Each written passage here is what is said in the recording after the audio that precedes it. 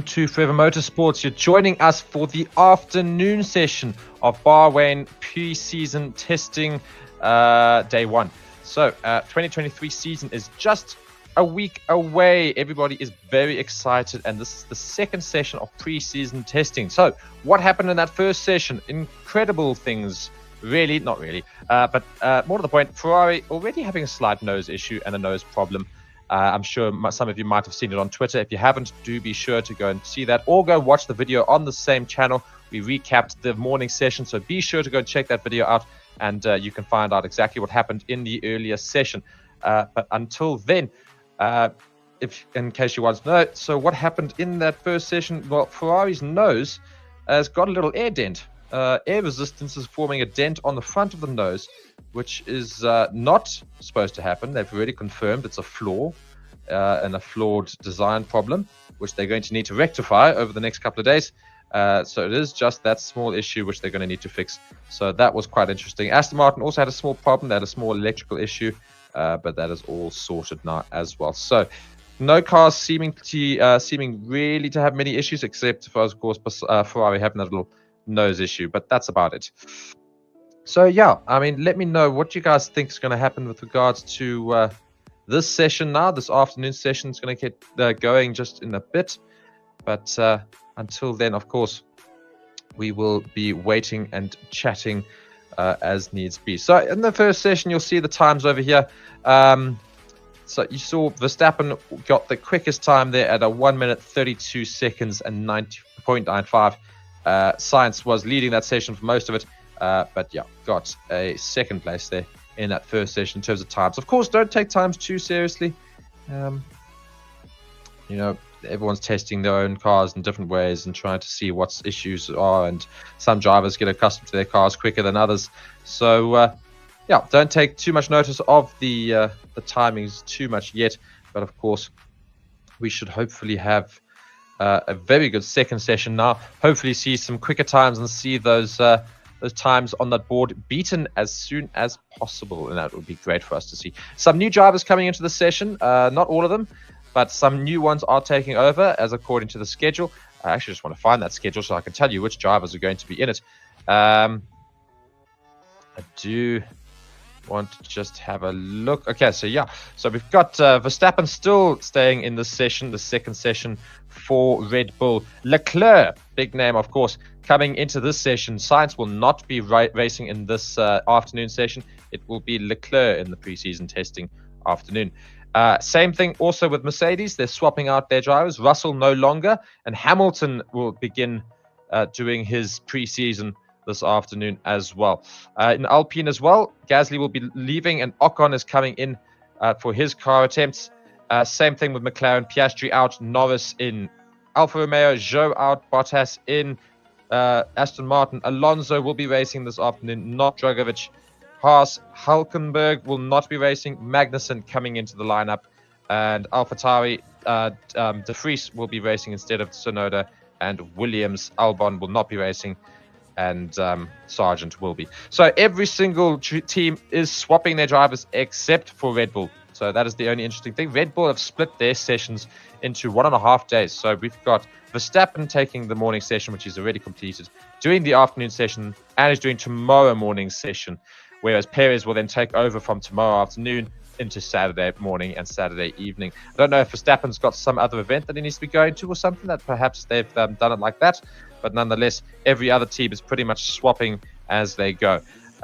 So if I just quickly preview who will be driving in each session for Ferrari, as I said, Leclerc this afternoon, Sainz tomorrow morning, Leclerc in the afternoon, again tomorrow afternoon. Then Saturday morning is Leclerc, and in the afternoon will be Sainz. And Mercedes, Hamilton this afternoon, Hamilton tomorrow morning, Russell tomorrow afternoon, Russell Saturday morning, and Hamilton Saturday afternoon. Other drivers, McLaren is also another one I suppose we keep our eye on. Norris this afternoon, Norris tomorrow morning, Piastri in the afternoon tomorrow, and then Piastri on Saturday morning, and Norris finishing on Saturday afternoon. So that is the drivers testing lineup. We are going to get the second session of the day underway soon, in about 10 minutes or so, or 15 minutes, and we will then get to see all of the new faces, with the exception of Perez, have a go in this season's models of their various cars that they race for. So we're just having a quick look at the season from last season and the session this morning. You know, what we're expecting from teams, what are the expectations for the drivers, and also looking at rivalries, I suppose. You know, a big rivalry, of course, formed last year in Leclerc and Verstappen, and yeah, I mean, unfortunately, Leclerc could not come out on top in that instance at all, because his car a lot of the time and strategy was not there, and also a couple of times driver mistakes. You saw Leclerc make a few mistakes in a couple of his races, which really cost him a lot of points. Hamilton and Verstappen, of course, another big rivalry. I'm hoping to see that maybe become a bigger thing than it was last season. Hamilton was not gifted the best car in the world last season. Having said that, though, Russell did outperform him, which is, of course, very interesting. But Hamilton hopefully is going to come back stronger than ever in that Mercedes, and I'm hoping the Mercedes team come back stronger than ever and really do compete right at the top. We want to see Red Bull, we want to see Ferrari, and we want to see Mercedes all competing for that top position at a very, very close race. We don't want to see a runaway winner. We want to see it right down to the wire. That's the sort of season we really want to see in Formula One. And of course, that is why we have testing now. Everyone is testing their new cars. They're hoping they've got the cars up to speed, ready to compete against each other.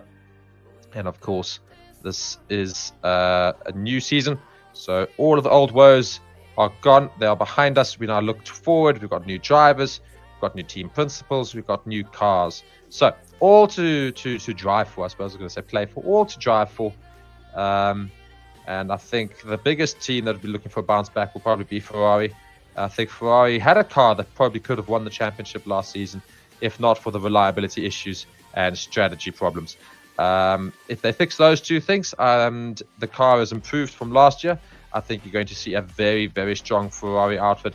And Ferrari have not won a Constructors' Championship in years, so it would be very interesting to see if they can finally get that behind their name again.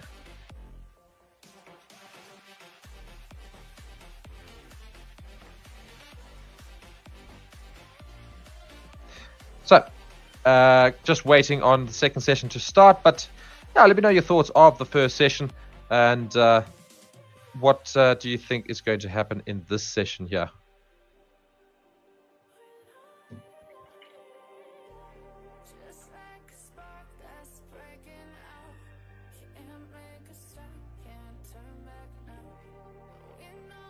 And yeah, just going to create a poll quickly, and I want to know your guys' thoughts with regards to your predictions for the season. Let me just fix that. It said Verstappen, Leclerc, Sainz perhaps, Hamilton. Let's ask those ones there. I think those are the four that we could possibly talk about winning. And yeah, so go and fill in. Who do you think is going to win the 2023 season out of those drivers there? We've got Verstappen, we've got Leclerc, we've got Sainz, and we've got Hamilton. Do let me know your thoughts. Who is going to be the difference, essentially? Very interested to hear your thoughts. And we're just looking here at some highlights of rivalries, teammate rivalries. That, of course, being Hamilton and Nico Rosberg for a couple of years as well, where both of them were really challenging each other, and those are the ones fighting it out for the season title. Got very, very feisty, of course. So, yeah, we like a bit of competition within the team, of course, as well. But you need to keep it friendly and make sure the team is, of course, the main thing.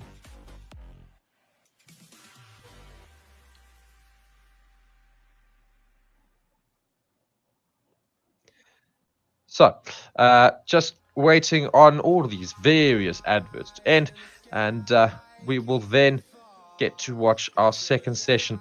And yeah, I mean, this session here, I think, will we even see Ferrari attempting to change that nose problem, or will we see that nose problem persist? Will they have time to have a look at that nose, or will they try and get a new nose on? We'll have to try and see what they might do. And yeah, I mean, I don't know if we're going to see some more rails put on the back, so the more aerodynamic rails just to measure. We'll see some more paint being used around the car to see where the air is going and how the air is flowing around the car. All of those sort of things will be tested, of course. This is preseason testing. The whole point is for them to get an understanding of what the car needs improving, what in the car needs improving, and of course, for the drivers to get used to their car and make sure their car is set up to the absolute best possible way for them to get their best positions and get their fastest lap times. We are testing in Bahrain. Bahrain is, of course, where we have our first Grand Prix. It's next weekend. Cannot wait. And, of course, we will stream it here on Forever Sports as well. So be sure to join us for that as well. But if you guys are also interested, you're more than welcome to obviously go across to our other channel, Forever Motorsports, where there's more defined content and some other things with regards to motorsports and F1, and you can go and see those videos there as well. But I mean, yeah, so we've got the season starting next week. Red Bull will want a better start than last year, of course. But if they get a really, really strong start, I think people might already go, oh dear, is this the start of a runaway again? And is this going to be Verstappen's third Drivers' Championship in a row? That will be the question. And these will be the sort of questions that we ask as of next week. But what I'd really like to see is actually an underdog. I think an underdog victory next week would be a huge statement from F1 in terms of the teams.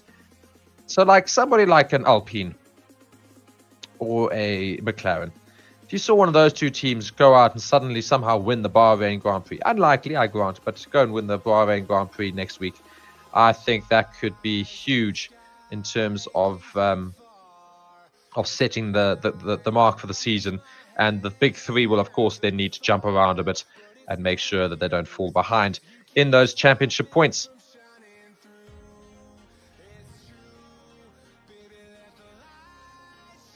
So yeah, we're about to get going with our second session, the second testing session of preseason, of course. And yeah, so Hamilton and Leclerc in this session. Very keen to see how these two drivers fare around. And I'll tell you what would be very interesting to hear. I mean, of course, we can't hear it because it's very much still a testing. So that we're still having lots of chats and things like that. But I mean, they're going to be chatting to the drivers as they drive around the track all the time. And I would love to hear the radio chatter between them with regards to how the car's feeling for each driver, how they're feeling in the car, etc. I would love to know how these drivers respond to these vehicles and the chat that they're going to be giving back to their team back in the pits.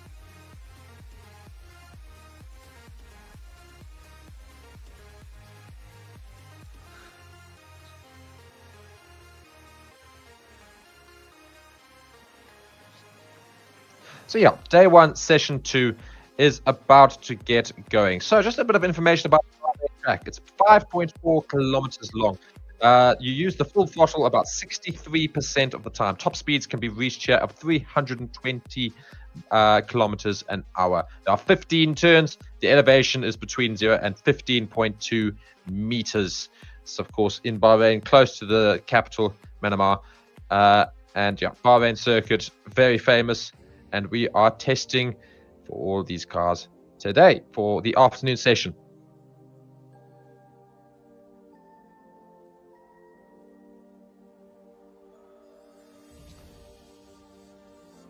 Now, it's very dry. Air temperature is 30 degrees and the track temperature 41 degrees Celsius.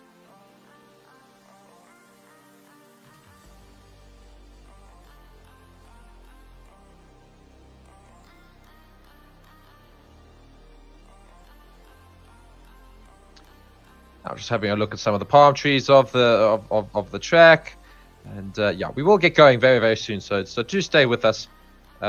We are just waiting on the signal to be given for the session to begin, and I'm sure we will see cars make their way out onto the track.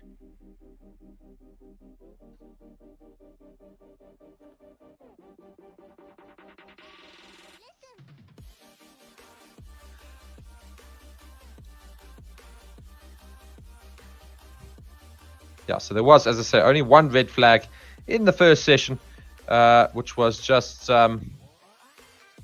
was just Aston Martin having a small issue with Dragovic's car, which we believe, as I say, was an ECU issue, overpowering the ECU unit as a result of the rails that were put on the car. So that was the one issue that we found. And of course, the other thing that was spotted, well spotted by a lot of fans, was, of course, the little nose divot that Ferrari got. And it was quite funny to actually watch back to see that little divot form in the front of the nose. And they have admitted it's a flaw, and they will be fixing it. And it's not supposed to be happening. A lot of people were going and creating these strange theories and things about how it's strategic and it's a development they've created. And we are looking at the Ferrari, and they've taken off the nose. It's quite interesting. We're having a look at they've taken off the nose, just having a look at the naked part of it. So we'll be interested to see whether or not they can fix that nose, whether or not they'll fix it for the session. Charles Leclerc, we see here in the pits getting ready to get inside his car. It was the first time we're seeing Charles Leclerc in the hot seat for this testing and, of course, for the 2023 season. So we will see how he fares as well.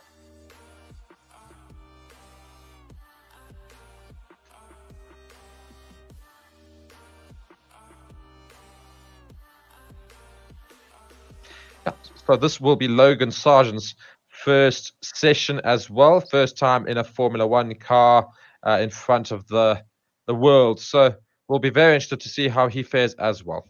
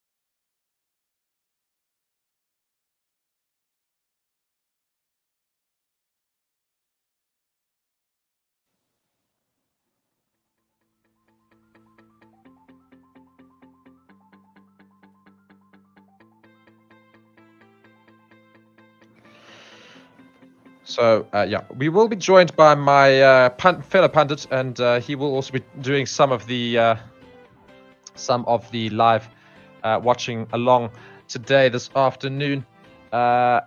He will be joining, and we will be swapping in and out for this session just to talk you through it and to see what's happening, of course. We don't really see a car getting ready to go yet. I think the only one that might be close to going is perhaps Aston Martin. Looks like Fernando Alonso is getting ready to go out in the Aston. So we'll see whether or not he can have a... Yeah, he's putting on his kit. This Aston Martin is still a bit naked, though. A lot of the pieces missing. Of course, they can put those on in 2 seconds. But yeah, missing a lot of those so far still. Haas seemingly putting on the front nose of the car. So maybe they're going to be the first ones out. Nobody's out yet, though. Nobody has made the maneuver out. So looking at the total number of laps done, the most were done by Alex Albon, 74 laps. Verstappen has done 71, Sainz 72. 69 laps have been done by Russell. Zhou has done 67. Hülkenberg only 51. Djokovic got the fewest at 40 as a result of the small issue. Tsunoda with 46. Gasly with 60. And Oscar Piastri with 52 laps. Those were all completed in the first session. Nobody has come out of the pits yet for the second session. There's a lot of changing and moving around in the dugouts. So I reckon they're just still trying to fix and adjust things as according to that first session. I think a lot of information was clearly taken in, and they're going to get a better understanding and adjust the cars accordingly before they send them back out. And of course, a lot of these cars are the other ones being set up for their relevant drivers. This, of course, almost all of the teams except for Red Bull are having their alternative driver come on now. So we saw in the first half a certain number of drivers. In the second half, we're going to see Max Verstappen, the only one returning, who's already driven out there. So can he continue leading the pack? That is the great question. Still waiting on the first car to come out. So we are currently live. It is currently already almost 6 minutes into the second session, this afternoon session in Bahrain. And nobody has yet left the pits. But we are obviously looking at the bottom half of your screen over here. We are looking at that simply so that we can see all of those drivers in the bottom half. Those are the ones we're going to be seeing in this session, as well as the main man right at the top, Max Verstappen. And just going back to our poll here, I've got a few votes there, and people reckon Hamilton is going to win this season, which I think is a brave call, considering Ferrari and Red Bull were the two dominant teams last year. But of course, it is Mercedes. Never ever leave out Mercedes from the question. It also doesn't help that Russell did perform better than Hamilton overall for the season. Nonetheless, Hamilton does have the pedigree to win a Drivers' Championship. He's done it once or twice. So Hamilton, of course, the one looking to really improve this year. And we'll see whether or not he can get onto the podium sooner than last season, or at least even onto the podium at all. So, yeah, still waiting. Funny enough, I mean, it is bizarre. You know, we've finally allowed the cars to go out on the track and for them to go and do some laps, and nobody has opted to take that. So nobody is out on the track yet.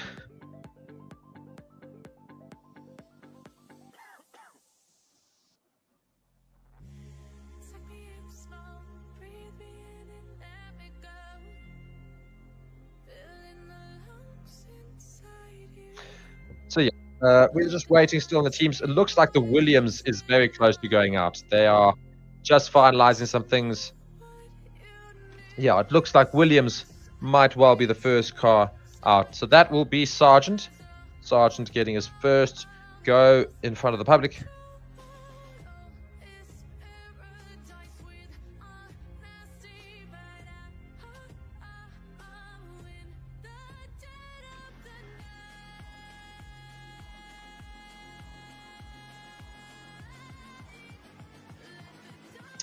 Yeah, so we're seeing there in the background Sargent getting talked to from one of the Williams engineers. It's Logan Sargent, first season in F1. How will he fare? Would love to know your thoughts. Yeah, what do you think his expectations will be? And yeah, this Williams car is being very much prepped and getting ready to go out onto track. We do have a driver inside the Alpine. So Ocon is inside his car. I think the first driver inside his car. So finally, hopefully, going to have some cars go out on track just before the 4-hour mark, as in 4 hours left.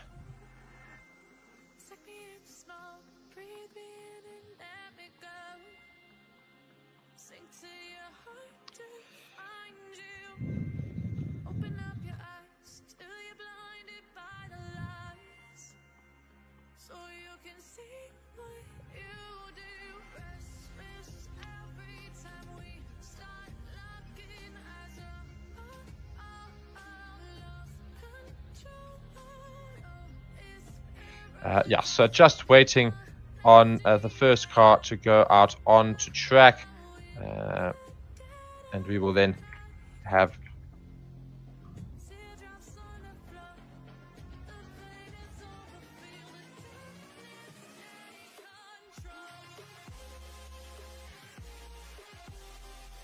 yeah, so yeah, we're finally getting some drivers ready to go out onto track, and we will get to see all of these cars, well, all the new drivers at least, have a go in the new cars for 2023.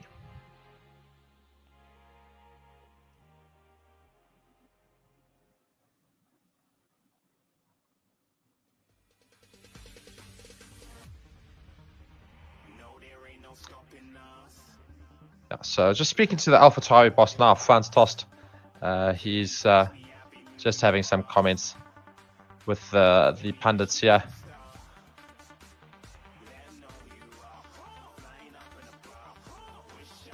We're just going to get his thoughts about this morning as well.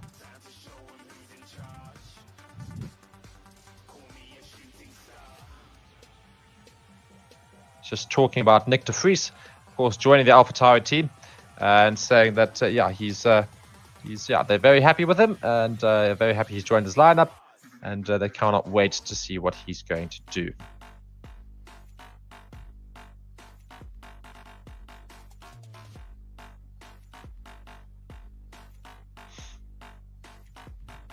Yeah, they're just talking about the car running this morning. They're saying it ran without any issues, really. So they're quite happy. That is AlphaTauri, of course, who was speaking to Franz Tost, team principal of AlphaTauri. Drivers for AlphaTauri, Yuki Tsunoda, and new man Nick de Vries.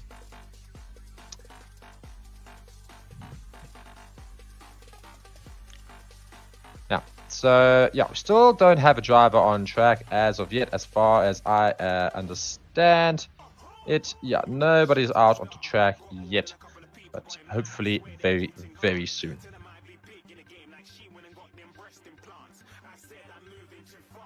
It's been green for now almost 13 minutes, and we still don't have any car out there. Charles Leclerc is getting into his Ferrari, which is obviously good news.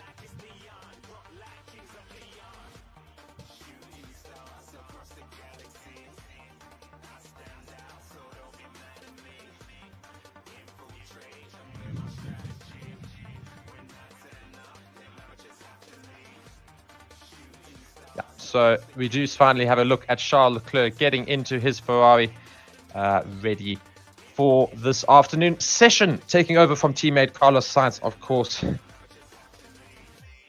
And they're having a good zoom in of the nose.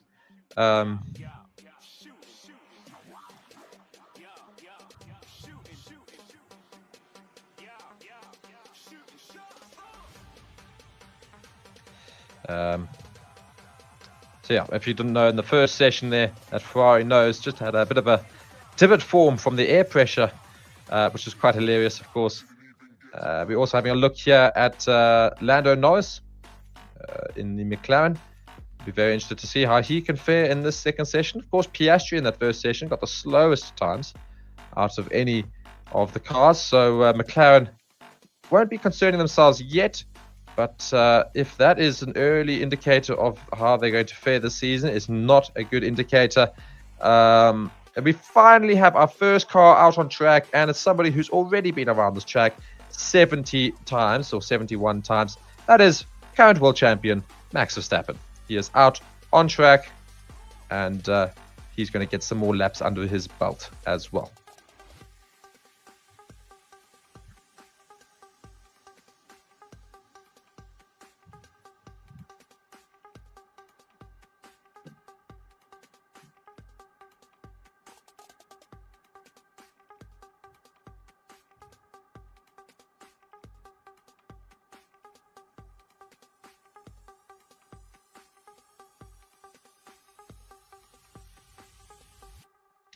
Yeah, so Max Verstappen, I mean, it's just a bit of a bizarre thing. So tomorrow, this time, Max Verstappen will be finished his entire preseason testing. No other drivers can be finished then. Only Max Verstappen. It's a bit of a weird one, if I'm honest.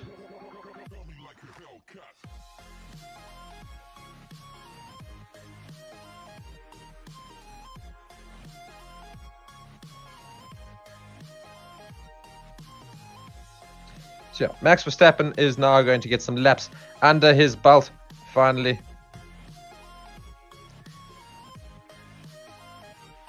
And yeah, we'll hopefully see Charles Leclerc follow suit.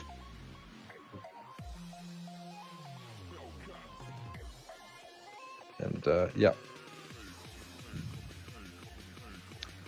So, Max Verstappen, number 1, currently doing his first lap in this session. He's just finished his out lap, and he's now going to do a paced lap. I want to see what tires he's on. Yeah,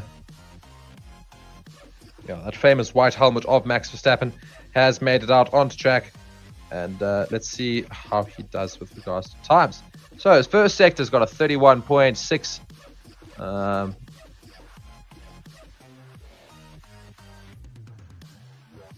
We'll just see what time he puts in here as he finishes this first quick lap.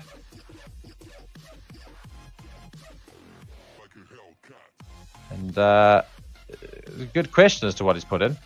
I think he's come straight into the pits. I do think he's come straight into the pits. We'll confirm it now. So just watching him. I'm just watching the thing, so I'm a little bit behind in terms of the stream. But just seeing, I think he's actually come into the pits straight away. So a bit of a weird one to send him out. I think I want to confirm this first. So in case you didn't know, Max Verstappen has managed to accumulate over his career 77 podiums so far. 77. And he's still as young as anything. So let's just confirm whether or not Max actually did complete a lap, or did he go straight in? Oh, he does go straight into the pits.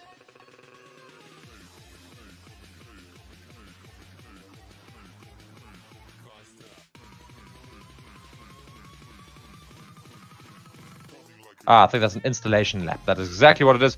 That is what they've done there. Red Bull have done. So, yeah, he will be taking over. And I think we are joined now by Reese.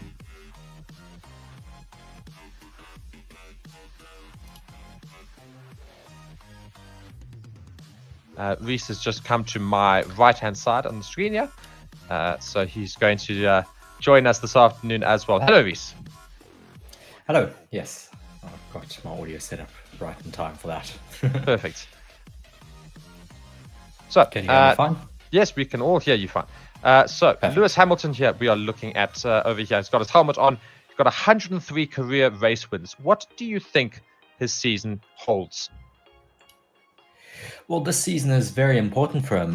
Last year, it was his first year in Formula One that he did not have a race win. First car that he's ever driven in Formula One without winning. So I think this year he certainly needs to make that a goal to do at least. 100%. So, I mean, Mercedes as well also had a rather, I mean, not a shocking season. You know, you can't call it a shocking season, but really in their eyes, they would see it as a bad season. They did not compete really at all throughout the entire year. They did not compete. They were not in the question, really. So Mercedes as well, maybe at fault for Lewis Hamilton's lack of a pole? Yes, I think they took a very daring approach to last year's regulations, to the new regulations in general.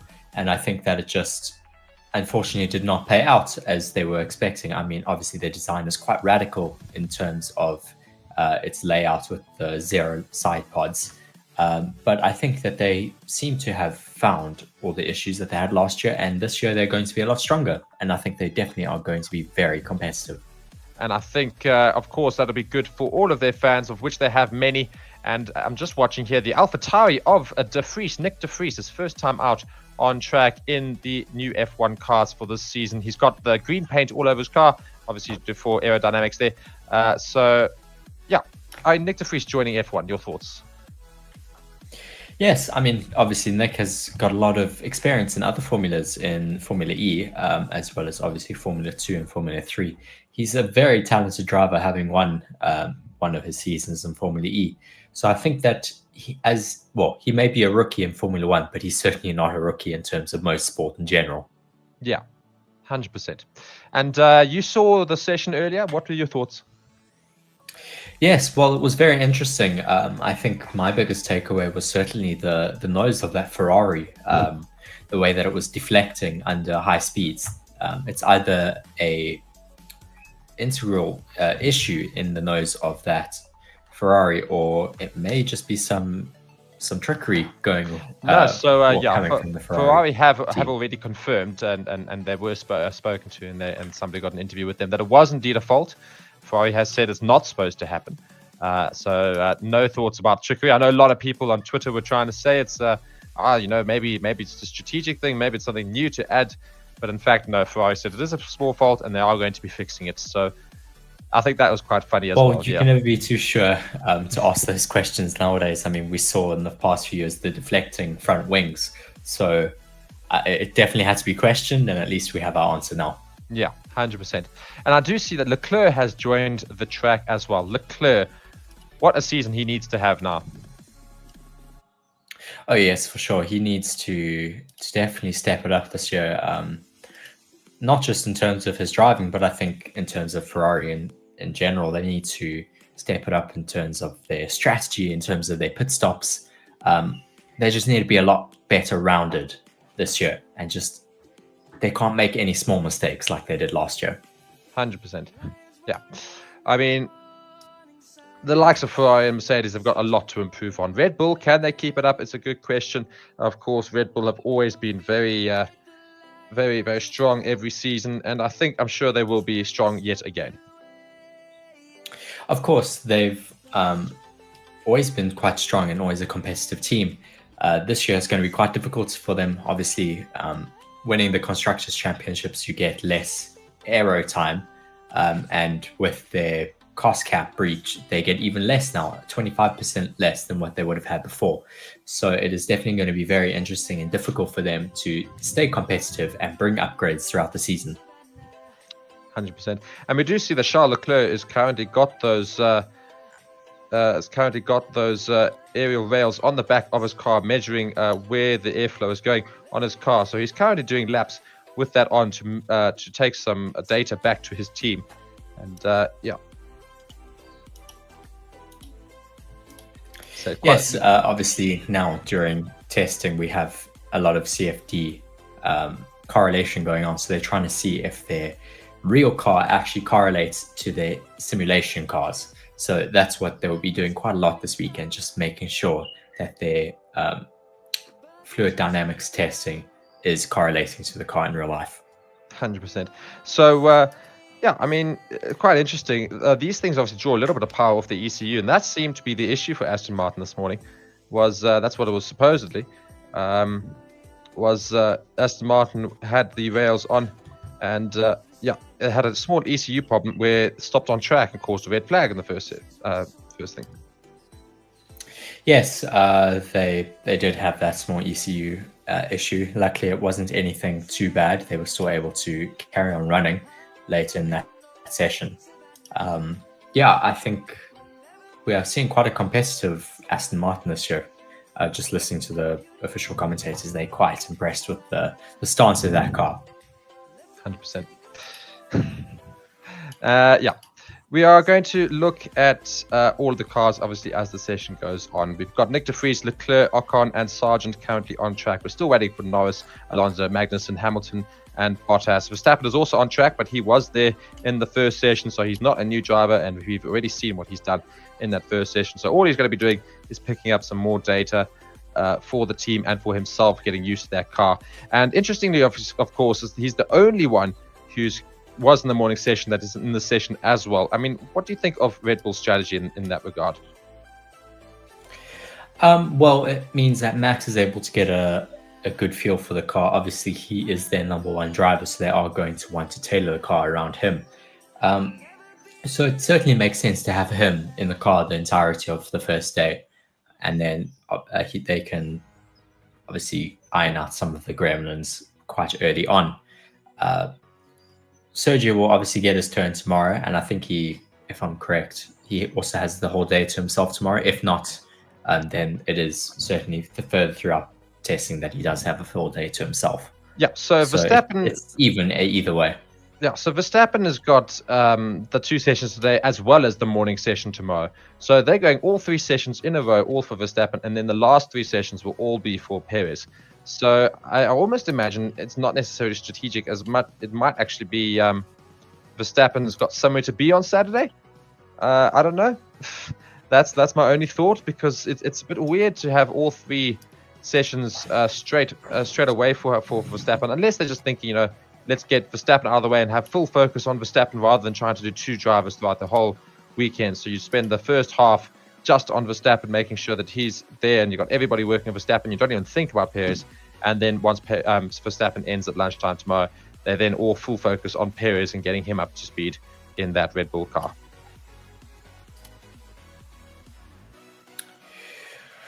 Yeah, I'm just watching now. I finally got my stream up. Took some time to get it working.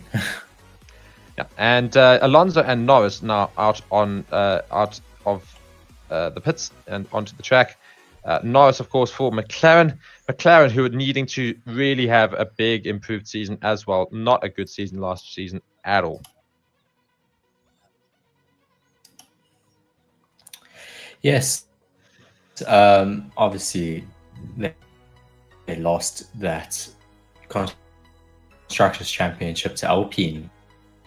So they will be pushing this year to get back to 4th in the Constructors. It should be quite difficult. It's already looking like from McLaren they are going into a bit of a trying to think of the winning of the game for this year for some reason, unfortunately. Yeah, so McLaren needing to really improve and be a bit more competitive, I think, closer towards the top of the table. I think another team that's been heavily talked about this morning in the session was Alpine. And Alpine's front nose being so flat. And they're having a lot of look at that. And they reckon Alpine also reckon they've got a car that's really going to compete at the highest level this year. They reckon they could be challenging for podiums. So they're very, very happy with their car. And I'm very interested to see how Alpine can do with the likes of Ocon and Gasly, of course. Not Gasly, sorry. I'm right. No, not. What am I talking about? I've lost myself quickly, but nonetheless, Alpine will, of course, be looking to try and challenge as much as possible as well.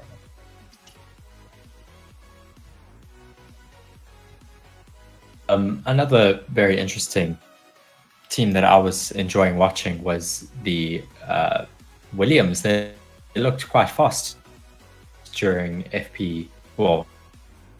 during the first testing session. Yeah. Alex Albon there getting quite a good record there in third place. You got third fastest lap in that first session. So yeah, very, very quick Williams were. So yeah, I would love to see how they fare in this second session, of course, with their alternative driver, that being Sargent, of course.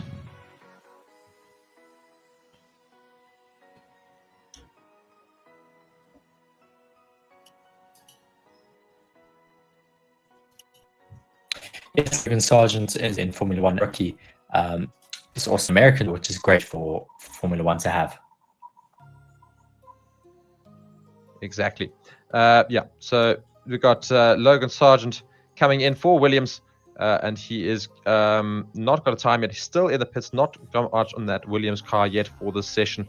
We are following Norris right now, who's, of course, putting in his first time for the session and his first time for the year on this track. We'll see how it fares to Verstappen's. It looks to be quite a slow lap. Of course, this is his very first one, so it is expected. And it will look to finish about 3.9 seconds behind Verstappen's quickest time so far.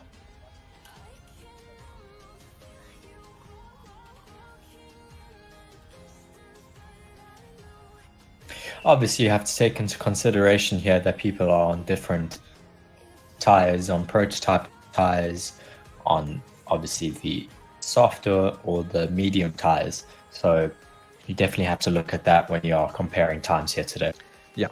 So as I said, the sessions here, don't take the times too seriously, as I've been saying all day. It's more for different things. Teams are trying out different methods and understanding the cars and fixing and adjusting accordingly. It's very much data, but that's what they're doing right now. And especially on the first day, it's data. By day 3, they might be trying to get as fast a time as possible around the track, just to see where they stand. But the very first day, it's very much, let's get this car used to us as the drivers, and let's get the team understanding what is going on. Yes, obviously that is the name of the game of testing, is just trying to gather as much data as you can over the next few days, and then hopefully bringing some upgrades throughout the rest of the season to improve your car. Obviously, this also helps them get ready for next week's first race, as it will be around the same track. Yeah. Obviously, Bahrain first Grand Prix. So to get good testing here is going to put themselves in the best position for the race next weekend. And of course, it will make sure that they can hopefully have a good start as well. So if you can make sure you get testing right here, at least on this track, knowing exactly what is expected on this track, to have a good start next weekend would be great for all of the teams. Of course, last season, Red Bull, they had 2 retirements in that very first race, so testing didn't quite work for them all that well in terms of checking the reliability parts. But I'm sure all the teams will be ensuring that that does not happen to them as we start the 2023 season. Yeah, I think that in terms of engines, they should be a lot more reliable compared to last year. Obviously, they've had last year to iron out those issues a bit more, but hopefully they are able to obviously all round just be a bit more reliable in terms of the engines. You never know obviously how well your aerodynamics are going to work until you actually get your car out on track. We haven't had many people running in dirty air just yet, but I think after the first few races we'll see some changes being made to the cars just to allow them to run better in the pack. Yeah, so I mean, we're going to see a lot of these different sort of things. These first early races is very much data collection, and a lot of these teams will be looking and adjusting their cars accordingly in these first few races. As Reese says, with regards to dirty air, how they act within a racing scenario. Obviously, full tanks as well. A lot of these runs have been done with near empty tanks and things, so they've not got a lot of fuel in the cars for some of this testing. But yeah, I am going to leave and I'm going to let Reese continue the stream, and I will come back later. But you will be stuck around with Reese, and so until then, I'm going to say goodbye.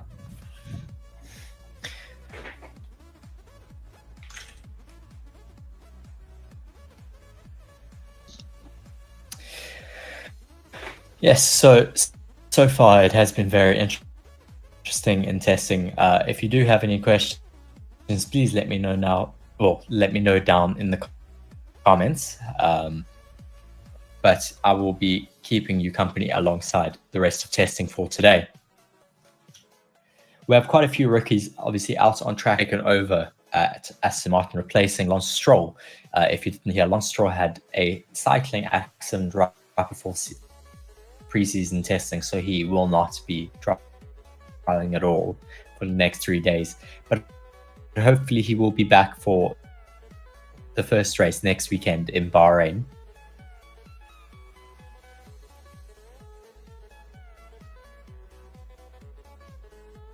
I'm just having some technical, bear with me.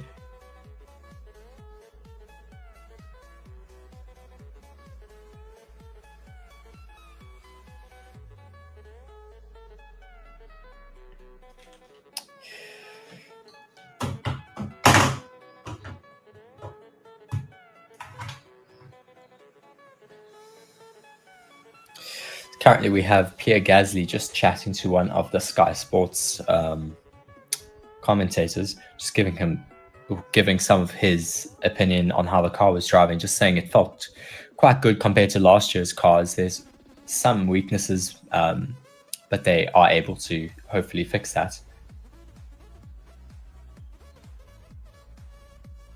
Esteban Ocon is obviously out in the car currently, so Gasly will be back in the car tomorrow in the morning.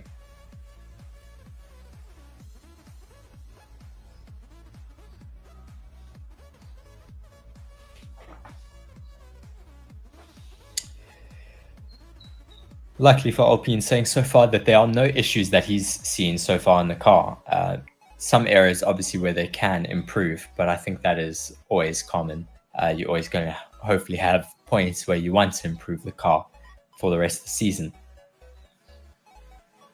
This is obviously Pierre Gasly's first year in the Alpine team. Last year he was still racing for AlphaTauri, and the French outfit bought him to accompany Esteban Ocon. So far, Max Verstappen still has the fastest time of 1:32.9, closely followed by Carlos Sainz, about 0.3 seconds slower than him. Hopefully that is an indicator showing that Ferrari and Red Bull are once again very competitive.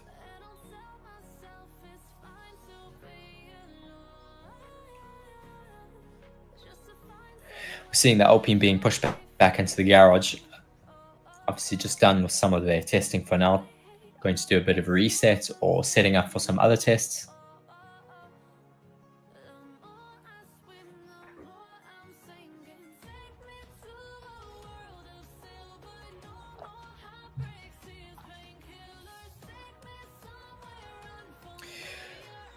Just watching an onboard of Lewis Hamilton in the black Mercedes at the moment, also showing some great pace out on track.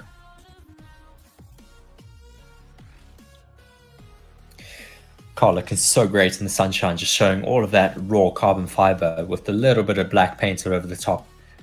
I certainly believe that this is my favorite livery for 2023. Obviously, we are going to get some special liveries throughout the year, with the likes of Red Bull doing two fan design liveries at the American tracks.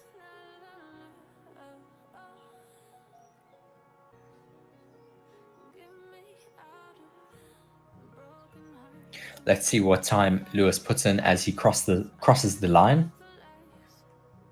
Puts in a 1:38.0.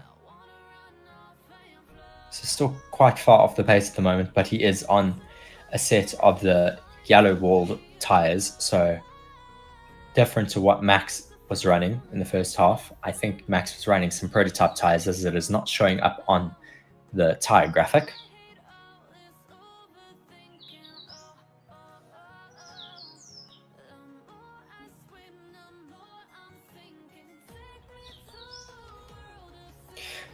Just looking at Fernando Alonso in the garage, just watching on, hopefully getting back in the car soon. Ooh, just a moment from Lewis Hamilton into the tight S's. Just slightly losing the rear end there. Still not showing that complete stability that Mercedes would want. It's still showing that it's quite loose.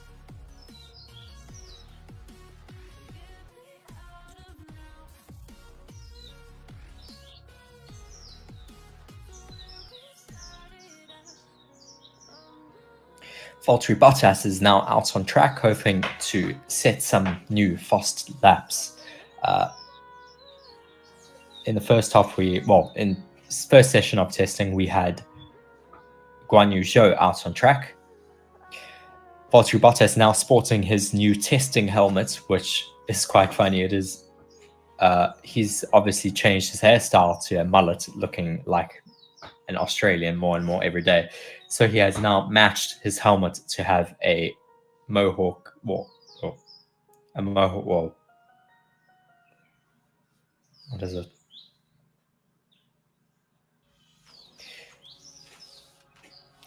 So sorry, he's just changed his helmet to have more of a mohawk and mustache combination. Is quite funny.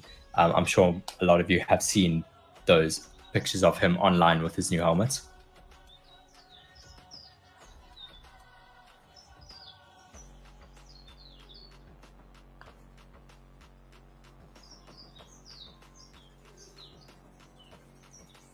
So far, our top three teams are Red Bull, Ferrari, and Williams. Williams, obviously quite a shock so far in testing. Obviously, you can't take anything seriously just yet in terms of lap times. But if it is any indication, that would be great to see Williams up at the top of the timesheets.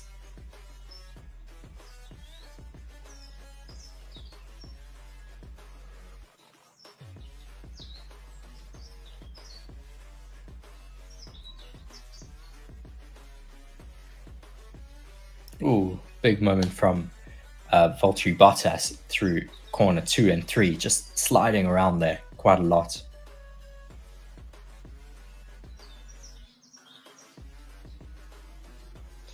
Still seeing a lot of these cars bouncing. I don't think it's porpoising as much. Obviously, they have changed the regulations for this year, raising the ride height by about 15 centimeters in order to stop porpoising. But we're still seeing how much these cars bounce around on a bumpier track surface. Often get the shots showing the driver's head and just how much oscillation goes through them. I don't understand how they're able to see sometimes. It's just so bouncy out on track.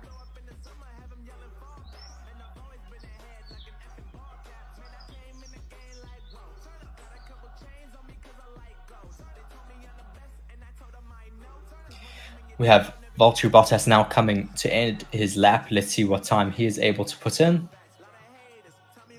1:37.2 so far.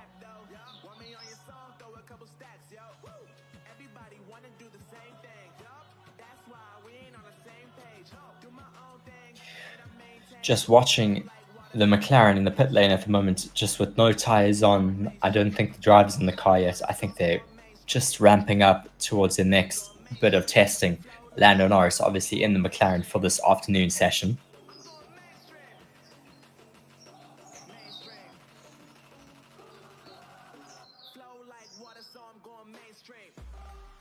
Oof, bit wide there by Magnussen. Everyone just trying to get as comfortable as they can in these new cars once again after the long winter season. Big lockup there from Kevin Magnussen.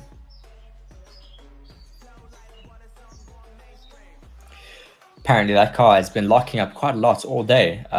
Once again, brake issues possibly for Haas.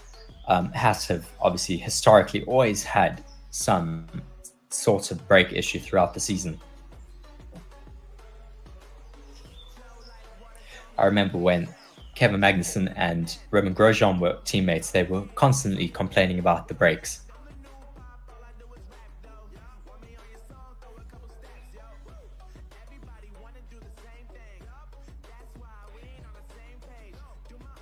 So far, Haas sitting down in 6th position at the moment in terms of times. So far looking competitive. Obviously, Haas is now able to run a lot closer to the cost cap this year. They have a big new sponsor in MoneyGram, which allows them to run as close to the maximum amount of money you're allowed to spend per year, which is amazing in terms of them for development of their car.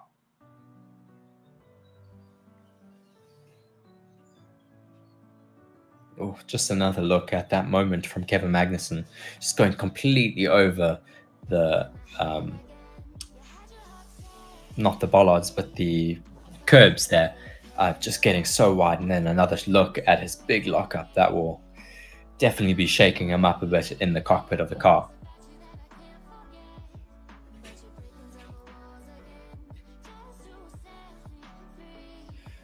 Fernando Alonso there on the pit wall, just having a look at what's going on, just keeping track with all the other teams, as well as his own team, just checking on the day-to-day with his engineers.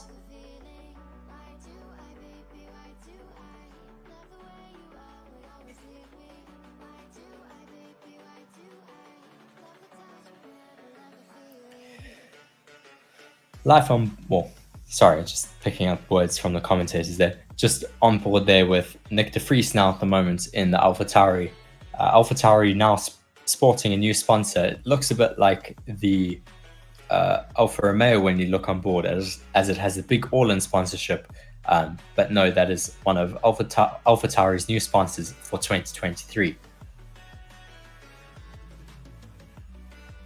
Looking very comfortable so far out on track, Nick de Vries. Obviously, so much experience in other formulas. Now his first full-time Formula One seat.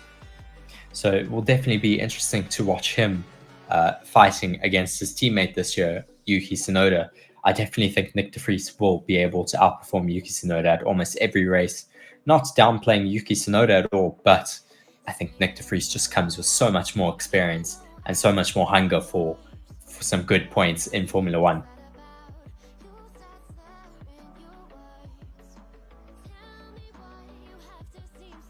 Replay of Max Verstappen out on track now. Let's see what he gets up to. Also just going very wide at turn 4, going completely over the stripes there and just getting back on track and neatening it up a bit more. But that will take out a big chunk of time for him. Lots of understeer there for Nick de Vries down into turn 10.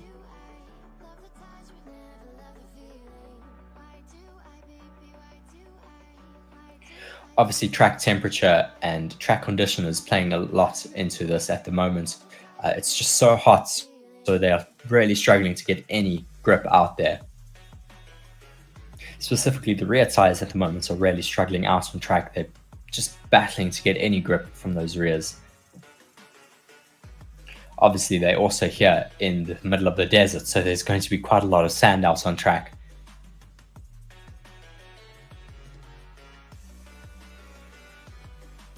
Lando Norris now about to get out on track, just having a look at his bright yellow helmet in that papaya car.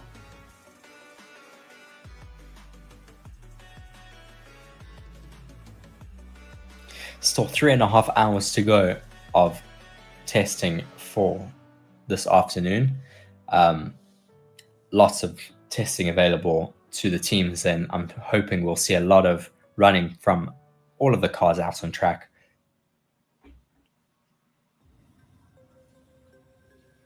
So far, no stoppages in this session. Only issue we had last session was an electrical issue for Aston Martin, which took about 15 minutes out of that session.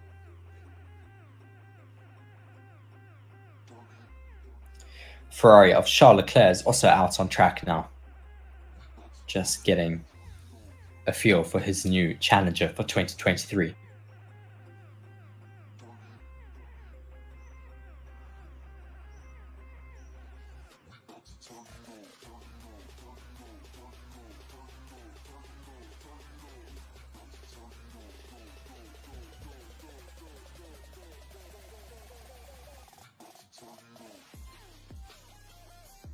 Oh, big lockup from Kevin Magnussen going into turn 1.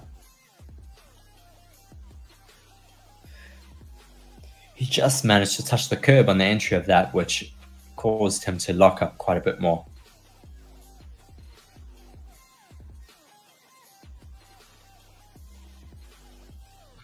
Charles Leclerc now starting his first hot lap for today. Rear wing wide open now as he crosses the start-finish line. Quite bouncy when he's coming into the braking zone there. I think that is because there are quite a few bumps there.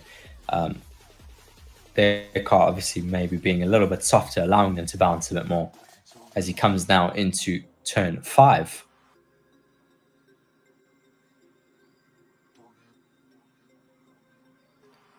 Coming to the tight technical section now. This car just looking so stable through there, just getting that rotation perfectly. Staying within track limits. Obviously, during testing, they don't need to, but so far he is keeping very neat and tidy.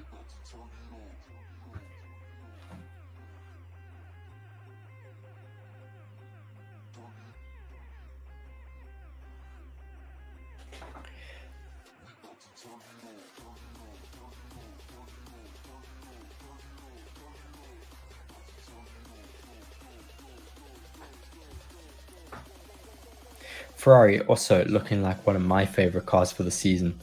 Just, I think that red Ferrari livery is always just so classic. You can never go wrong with a red racing car. As Will Buxton says, tell a child to draw a racing car and he'll paint it red.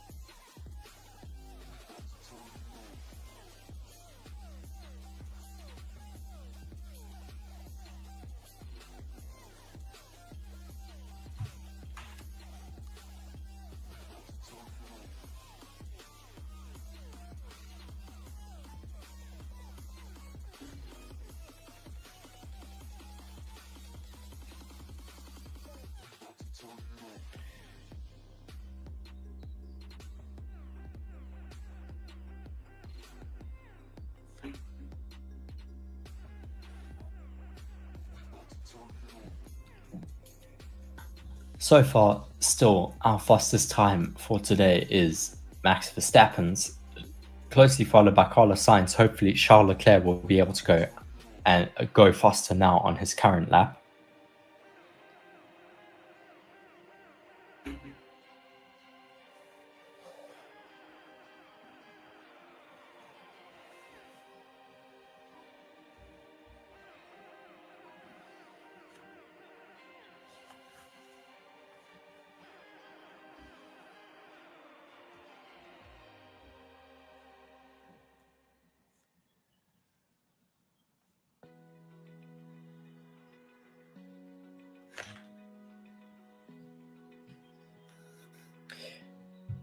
We can see currently the Williams is out on track with a lot of high-vis paint at the moment.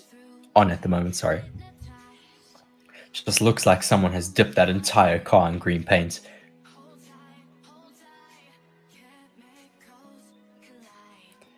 This is Logan Sargent's first testing session as a Formula One driver in his new Williams Challenger for 2023.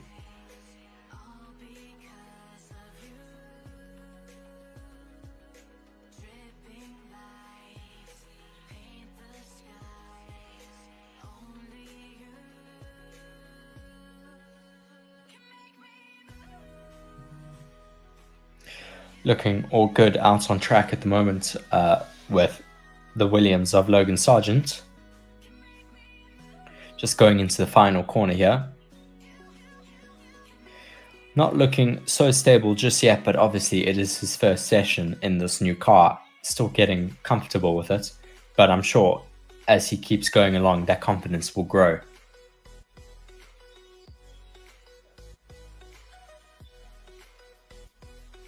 There's a nice close shot of all of that Flovis paint just covering the left-hand suspension. Obviously just wanted to have a look at that behind the scenes.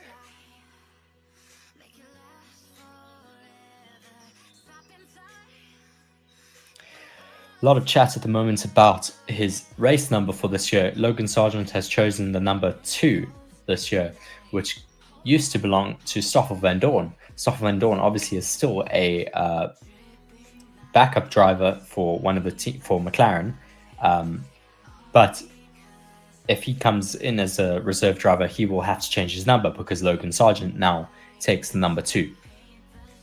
Big lockup there now from the Alfa Romeo of Valtteri Bottas. That's definitely going to be a big flat spot on those tires.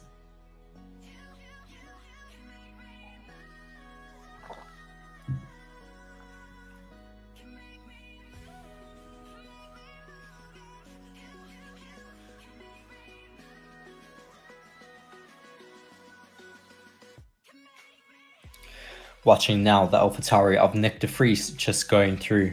I think he's on a hot lap at the moment.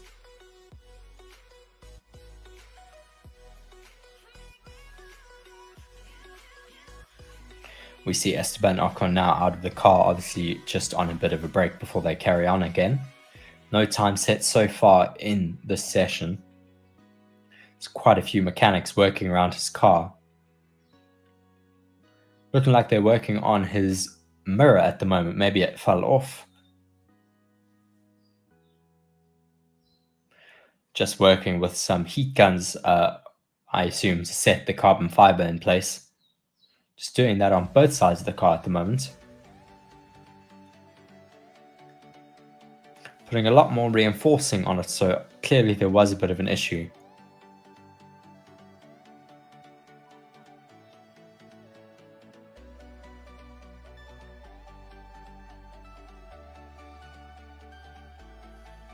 Just watching a replay now of that Alpine going over the curbs. I'm going to watch that mirror. Yes, you can see one of the stays breaks, and you can just see that mirror starting to shake quite a lot. So that is what the work they are doing at the moment is for, just to stabilize them a bit more and reinforce them. So already that component needs some upgrades before the first race of the season. That is all what testing is about. It is about finding these small issues that the cars may have and just sorting it out before the first race. We see Charles Leclerc out on track again. Just another shot of him going on a hot lap.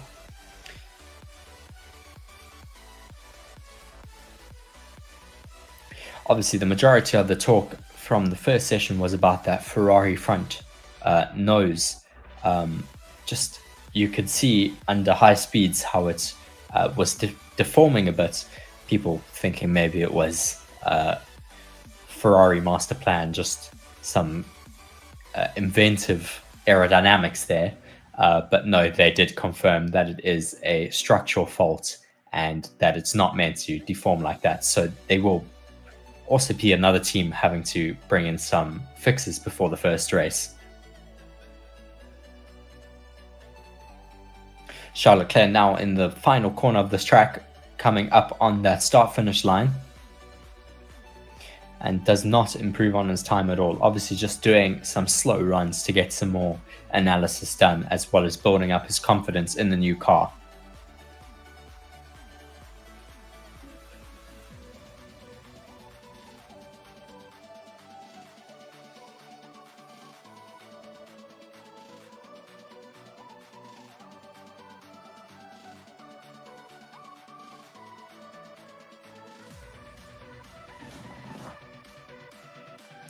Lots of conversation going on at the moment about driver numbers. Obviously, all the new rookies coming in this year with new numbers. And the commentators just having a bit of a laugh about the different numbers.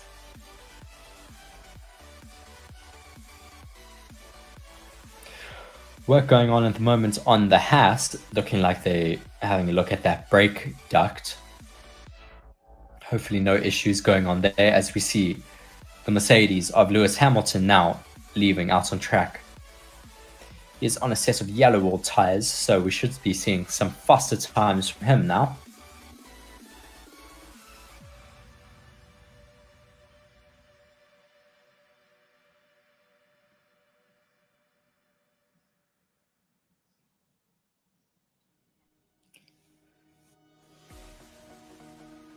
Max Verstappen yet again on another slow lap.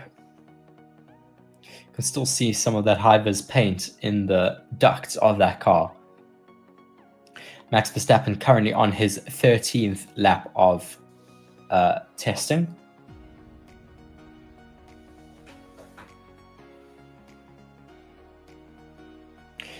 Max's current pace is about 3.3 seconds off of his fastest lap time.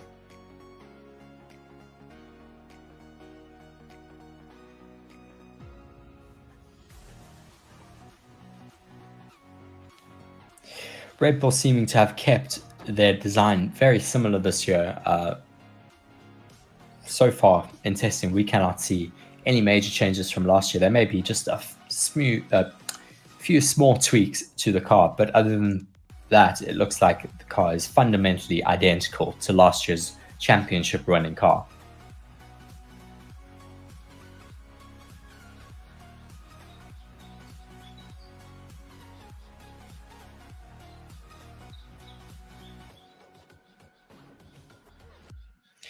Max possibly just out there doing some long runs at the moment just to see how the car is from a reliability standpoint as well as a balance standpoint once the tires get a bit older.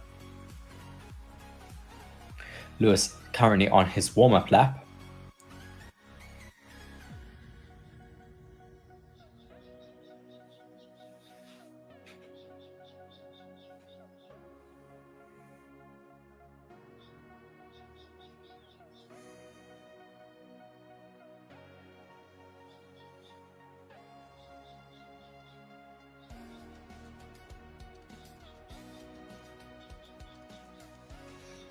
Currently, the commentators are talking about the fact that Max is obviously running only today and in the first session tomorrow, meaning that he will not be around for all of the fast lap times that will be set on the final day of testing. Just speaking about how this shows Max's confidence going into the season, that he still feels he is one of the fastest drivers out there on the circuit, that he doesn't need to prove that he is fast in testing. He'll prove it during the race and during qualifying where it actually matters.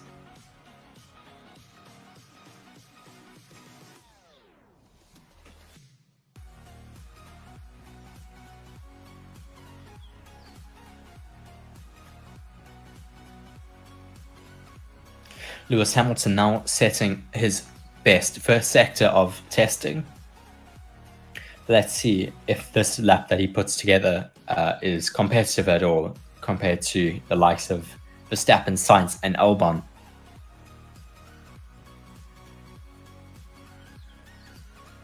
Those fastest lap times obviously at the top of the board from testing practice 1. So different track temperatures, different track conditions playing into effect as well, why the times were so quick.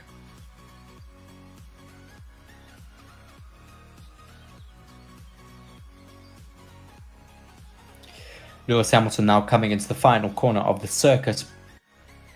Let's see what lap time he is able to put in here.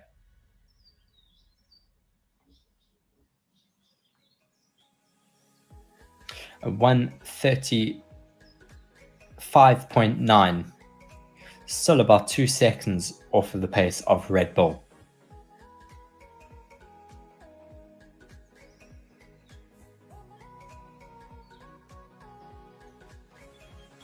Just a close-up shot of how that car is bouncing through the corner. That cannot feel comfortable. See that I'm back now. Sorry everyone, we just had some technical issues, but I am back on stream now. Nothing exciting has happened so far while I was gone. We currently have Felipe Drugovich on commentary at the moment, so it'll be interesting to hear his views and comments on that Aston Martin car so far. Commentators just getting a little bit cheeky. They're asking if he will be racing for that first race this season. Obviously just waiting to find out if Lance Stroll is going to be fit enough to race next week. Just listening here, it sounds like Lance Stroll has injured his wrist in that cycling accident. Obviously drivers' hands being so important here in Formula One.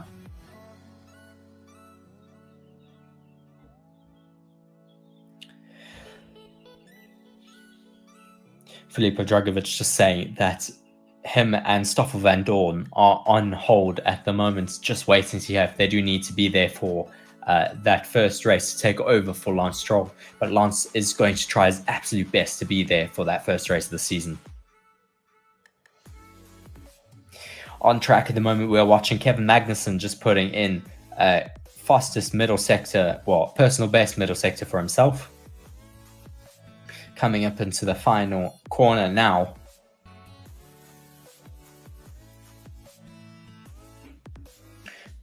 Just missing the apex there and going quite wide into that final corner, going over the curb.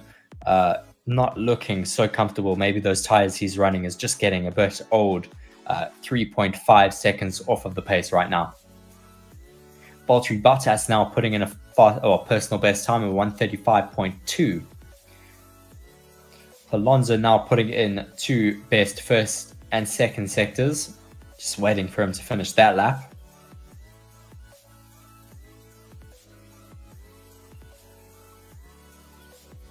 Just another replay of Kevin Magnussen just looking so uncomfortable there coming into that last corner, completely missing the apex and going over the outside curb.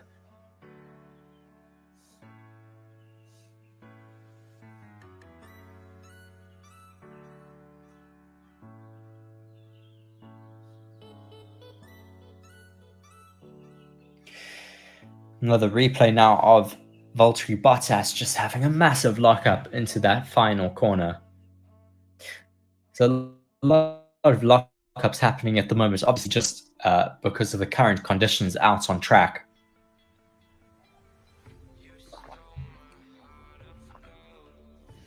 Currently looking at Lando Norris on the pit wall, just taking a bit of a break while they reset that car for him to get back into.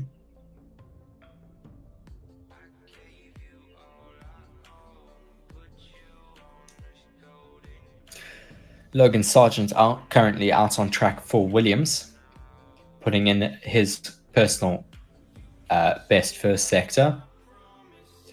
Logan Sargent, obviously a rookie this season for Williams, his first season in Formula One, as well as the first American in Formula One for quite some time.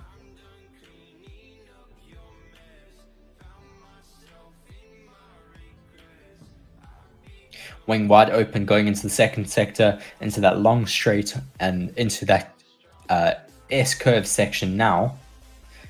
It is looking quite planted, staying well within the lines, comfortably on the apex there. Second apex looking very comfortable, and now into the quick braking dive section. Once again hitting the apex and staying within track limits there. He sets a personal best middle sector now for himself. Now coming up into that last corner. No locking of the brakes, looking a little unstable coming out there, just with a bit of a wobble, but otherwise looking very good out there on track.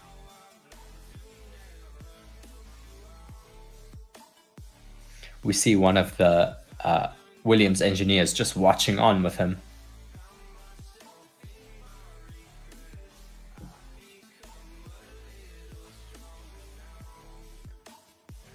Still got the same fastest 3 out on track. Obviously still times from that first practice session today, with Verstappen, Sainz and Albon topping the time charts. Just seeing a little bit of carbon fiber flicking off of that Williams when it went over the curbs there, but deep. The Haas going on another hot lap now. No lockups into turn 1.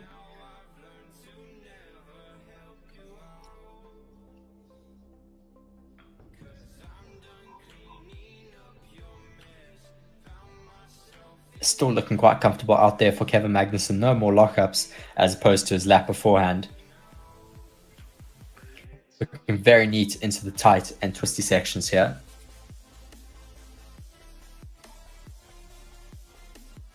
Through the right hairpin, looking very, very neat and tidy, staying within the lines and hitting that apex very comfortably. Not a fastest first sector, but let's see what he's able to hook up for his second sector here.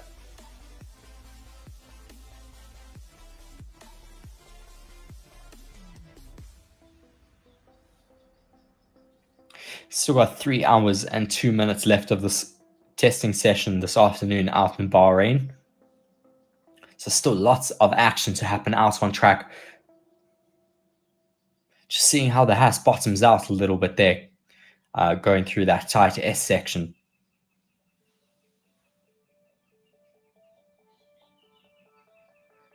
Obviously, these cars being 15 centimeters higher than last year's cars, you would think that would make them a lot more, a lot less susceptible to bottoming out, but still they are having issues here.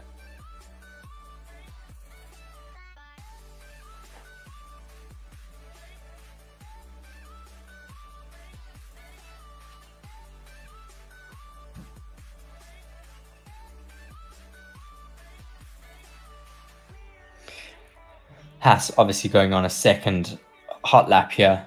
They're obviously just doing some long runs here, just trying to see how this car is able to handle doing multiple laps at Fury. So far, we haven't had any mechanical failures, any big mechanical or ERS or engine failures so far in testing. Hopefully that is not a commentator's curse, but so far it's been good to see these cars been acting very reliably. Just another shot of that car bottoming out again. Just so many big sparks there.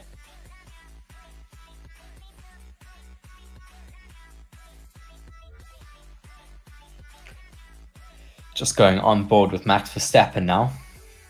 Just going very slowly. So far, Max's fastest time being a 132.9, and the pole position time from last year was a 130. So still a bit of time to make up before they're on par again, but not far off at the moment. Welcome back. Yes, indeed. I am back. And yeah, as I say, I'm just having a look at this session right now. So what happened to Alonso? Just reinform us all. Well, Alonso's just been sitting in the pits for a bit while they've been doing some work on the car. So we're just waiting for that at the moment till he gets back out on track.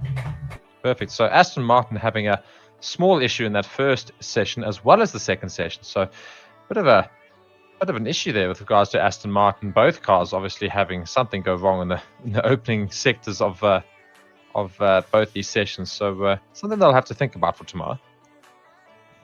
I'll be back shortly before the end of the session. Mark is going to cover the testing for the next half an hour, and then I will be back. So I will see you all shortly. 100%. Cool. All right, I'm so taking over. So we're currently following Max Verstappen, who's still out on track.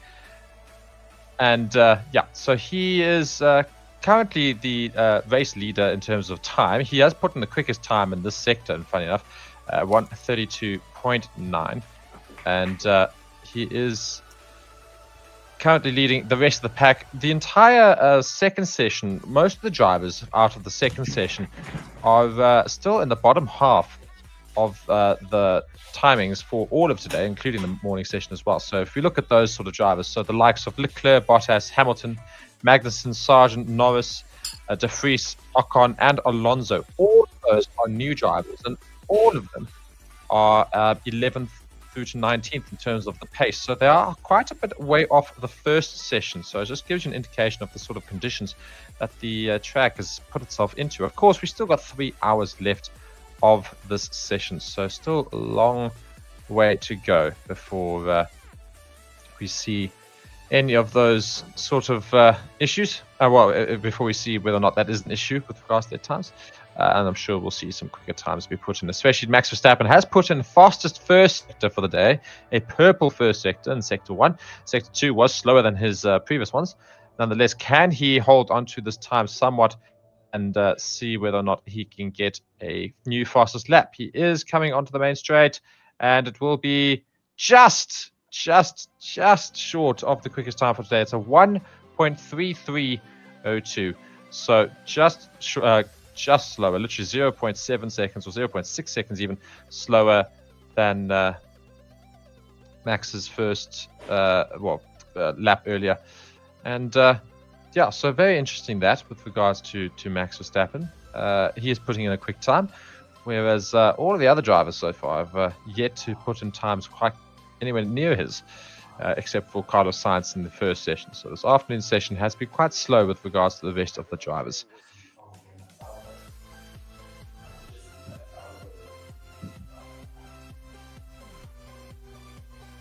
So Max Verstappen, of course, going round with his 2 career titles now behind his name. Can he make this year number 3? If you go and vote in our poll, we've got a whole lot of people voting in the poll. Please do be sure to go and have your own say about who you think will win this 2023 season in terms of Drivers' Championship. And we just see here a replay of Logan Sargent going very wide on... Yeah, just seeing him go very, very wide on that that famous last very tight corner before that DRS zone, the third DRS zone. So just going very wide there and locking up heavily and having to come back into the track through other means. So Sargent starting now another quick lap.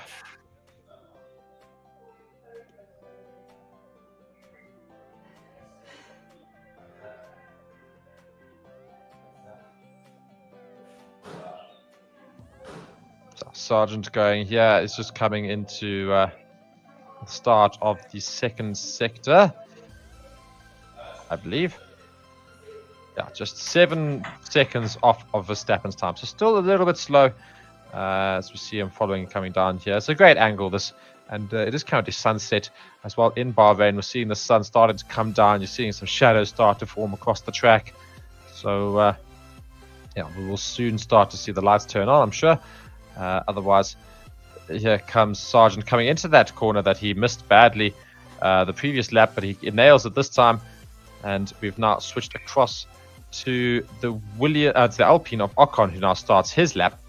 And let's see if he can also improve on his times. Currently sitting 18th, second last, 7 seconds off of the pace in total.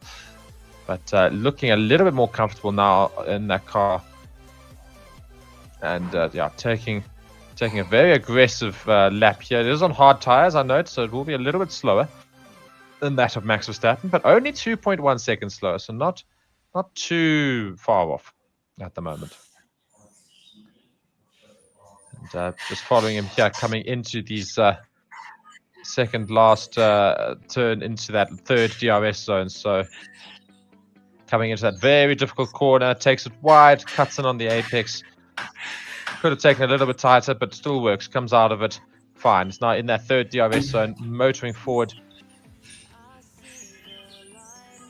And now coming into those last few bends, those fast bends at the end of the track before that last straight, and then the final turn of the track onto the main straight.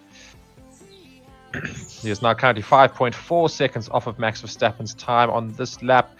So it's going to be a bit of a slow lap, and I don't think it's going to put himself anywhere near or anywhere quicker than his previous lap in this session. So we'll still stick 18th in total for the lap times of the day. But we've obviously got a couple of others. But he has put himself a personal best. He's now only 6.1 seconds behind Max Verstappen's lap. Max Verstappen, speaking of, is on his out lap. So we will see how he fares now. It's just a little comment here from Ethan saying, Mark, how are you, bro? We're winning tonight. Yeah, that is with regards to the team I'm wearing here. It's just a little different sport, of course. Favorite sports, we offer all of our sports. And Manchester United play against Barcelona tonight in other news and football news. And yeah, it is at Old Trafford. I'm hoping Man United do come through with the win, but it will be difficult. Just watching a little replay here of the Alfa Romeo, just taking a bit of a drift around one of the turns. Yeah, very, very interesting. It is quite nice to watch cars just lose a little control every now and then, because it's just a little bit fun. It's a good shot, that of the Alfa Romeo, which is looking stunning this year as well. It's a real looker of a car. So yeah, we are just still following now. We see that Charles Leclerc is out on the track as he starts his hot lap. So let's just follow along here.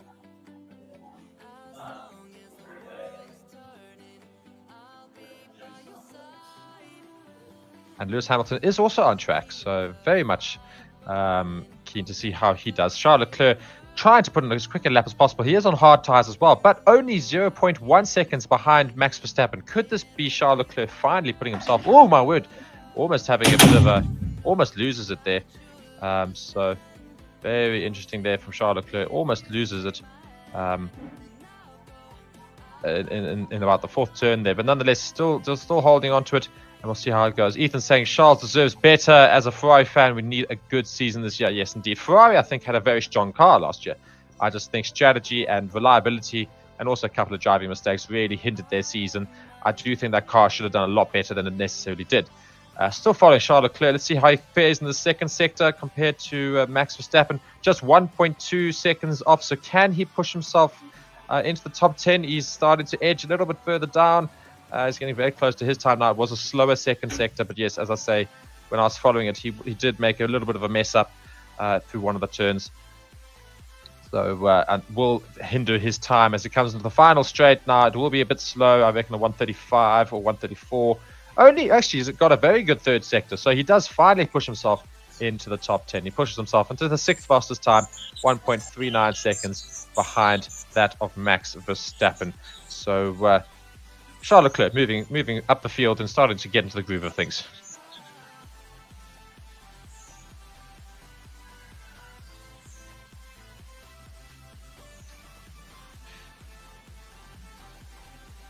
So yeah, Charles Leclerc finally does a proper attack lap.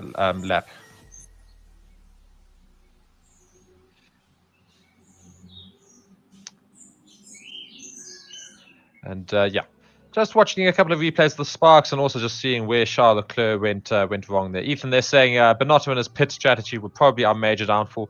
I think, yeah, Binotto at the end of the day is a really top engineer.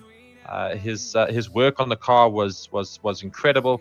I mean, a lot of where Ferrari managed to get in terms of that car was down to him. But I do think his discipline with regards to the team, keeping the team disciplined, and the strategy was really lacking, and that was also unfortunately under his command, and that area really lacked. So, as a lot of people have said, is they reckon that this could actually be a very good season for Ferrari, because you see they've got Binotto in for the 2022 season, where he got the car to a standard that they'd not seen for ages. Ferrari, they got them to a really competitive standard, and have now got themselves a team principal who is going to hopefully impress a very good strategy on the team for the season, and hopefully fix those pit crew issues that they had, and other such strategy issues they had last season.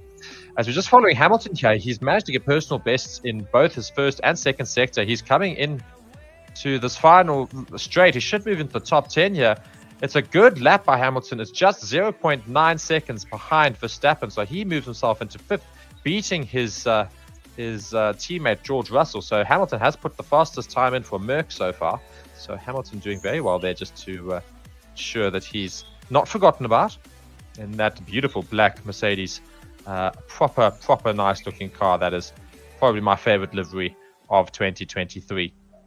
We just see a lock up there from Logan Sargent as he's going around, getting laps behind his name as well.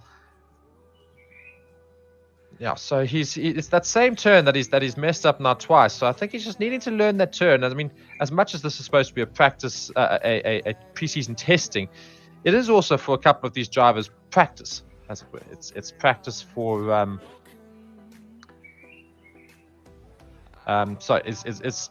practice for these sort of drivers, these rookie drivers such as Logan Sargent.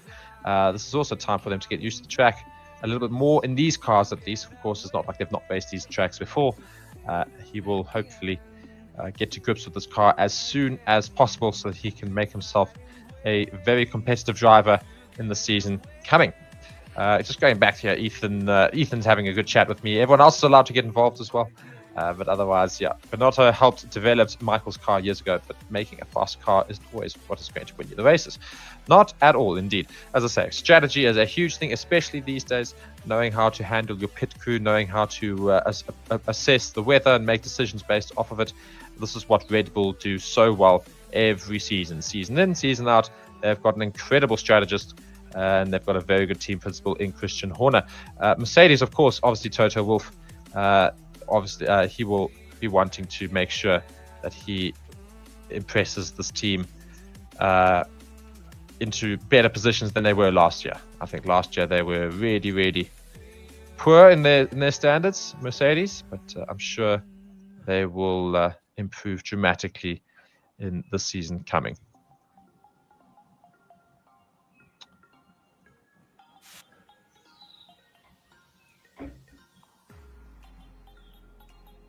Now doing his laps, finally getting some laps in. As I say, he had a bit of an issue with his car, and they're just working on the car, and it's a very good first sector, only 0.1 away from Max Verstappen's fastest time. So Alonso maybe going to rocket himself right into the top And people are talking about this Aston Martin car and thinking that it could be quite a good car for the year. So let's follow Fernando Alonso and see how he does. Fernando Alonso now looking to finish the second sector within a couple of seconds of Verstappen's 1.09. Let's see how he fares.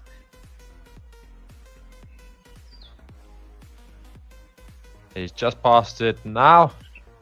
1.2 seconds behind Verstappen. So this could be a very quick lap for Alonso, and he could move right up into the top 10 if he just does well in this final straight. He's on mediums, as most of them have been. But we're just going to see how he fares. Just finishing his lap here. Fernando Alonso, he will finish 14th, a 1:35.25. So a good lap from Alonso, and really putting himself into a better position in the car, as well as making sure he gets some good data for his team as well. So cars we've got on track at the moment, we've got the leader Max Verstappen, we've got Hamilton, we've got Leclerc. Those are the big three. We've also got Alonso and Logan Sargent. Logan Sargent will surely be out on this track for a long time, trying to get some minutes behind his name, and otherwise trying to make sure that he is doing well in that regard.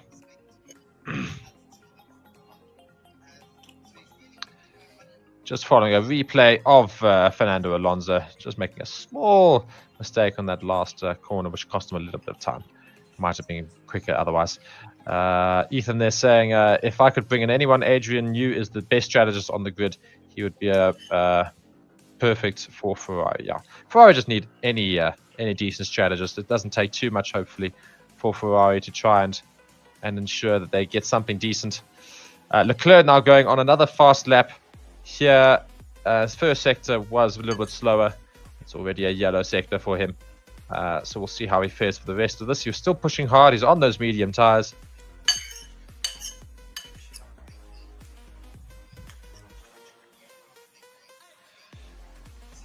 And he's 1.5 seconds behind Verstappen.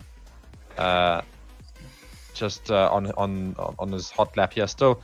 And we'll see whether or not he can still stay within 1.5 seconds of Verstappen as he comes around the final couple of bends. He does. He comes onto the final straight. And he crosses the line. 1.9 seconds behind Verstappen. So Leclerc still in 7th. But starting to get a little bit of a quicker race behind on his car, at least.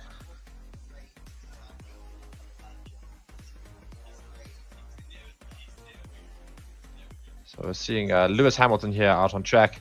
He's doing an out lap here, going slowly around a couple of the bends, just preparing himself as he comes down the final straight before the main straight. Just starting to speed up the car now, warming up those tires, and now getting ready for a fast lap. And he speeds up into the corner and is now starting his hot lap. He picks up speed and he's now moving. And let's see how Lewis Hamilton can do. Let's follow him. DRS open and he starts his lap. Currently sitting in 5th, managed to get a decent time in a couple of laps ago. And very much now looking to see if he can improve upon those times and push Mercedes into a good position, at least for the crowd to see. That crowd being those watching online alongside everybody else.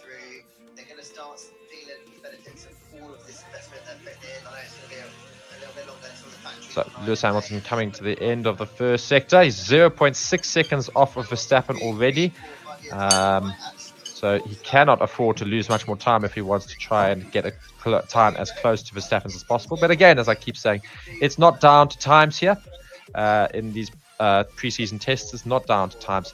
It's more down to getting all the data they need and getting used to these cars. You just want to see the best drivers with machinery that shows off their talent. That's all you ever really want to see. Lewis Hamilton, we spoke about earlier. Last year, the first time really that his talent was restricted because of what he had underneath it. So Hamilton now coming up to the second marker on his lap. 1.5 seconds off already, so not a particularly quick lap for the Mercedes. Nonetheless, collecting a lot of data, I am sure. Ethan is saying Mercedes always send always sandbag in testing. Yeah, so Formula One grid, all the better for it. Absolutely. There's Hamilton heading to turn number 4. He is turning his 21st lap of the day as he does so. as we see, Hamilton finishes there at 1.34. 105. So not a particularly quick lap, but 7th in the times.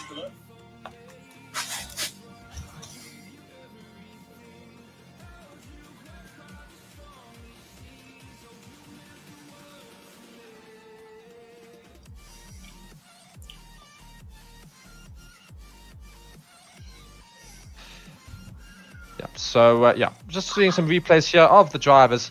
That is now Charles Leclerc, just watching a replay of him. Just seeing some porpoising. That's basically what they're showing. A lot of porpoising. My word. A lot of porpoising for Charles Leclerc. So that's not particularly good. He's bumping around there on the main straight. So that's a very, very interesting look. So porpoising still exists this year.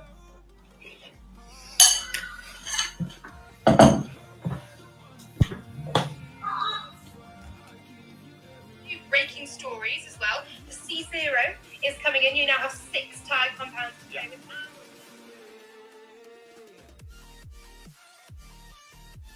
And so we're coming into the pits here. I see this is Fernando Alonso coming in after putting a couple of those laps in.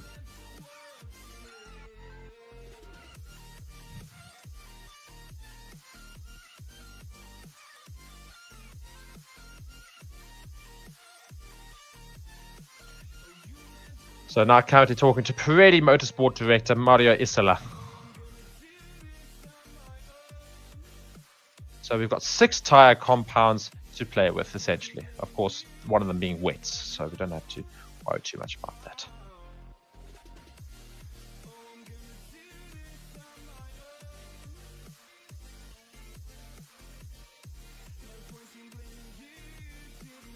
So just listening to what he's saying here with regards to the tyre options.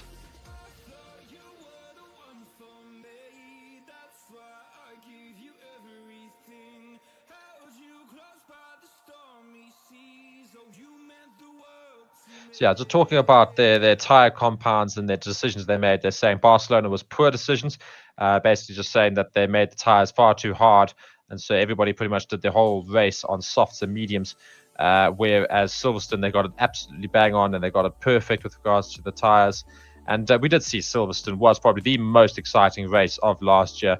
Of course, we all remember those very famous words in that commentary of when Perez and Hamilton and Ferrari were all fighting it out in the middle there and saying, "Through goes Hamilton." Yeah, so that was a great race to watch last year. I'm sure Silverstone this year will be good again. De Vries going a little wide on his lap here. He's back out on track. He is. AlphaTauri, of course. Nick De Vries, another rookie for this year. We're just going to follow him. It is his best time, though, so far. It's his first sector. So let's see how he does for the rest of it. Oh, he took that turn a little bit odd. Seems to be messing up quite a bit in this second sector. Coming towards that third DRS zone, parallel to the main straight. Hitting speeds of around 300 kilometers an hour on that main straight before having to heavily brake. Yeah. Still talking to the Pirelli Motorsport Director Mario Isola. Basically just having a chat with him, I'm sure, about the tyres and how they're going to be working. And he says he's already impressed by the cars. They're already quicker than last year. And he's very intrigued to see what the teams can do with regards to their tyre strategies as well for the year. So I think he's an excited motorsport director for Pirelli. As we see De Vries cross the line here and is going to get a time of just 3.4 seconds off of Max Verstappen's quickest time. So that puts Nick De Vries at quickest time of 1:37.5. So not moving too far up the table, but I think not moving too far up the table. I don't know, but we will see otherwise.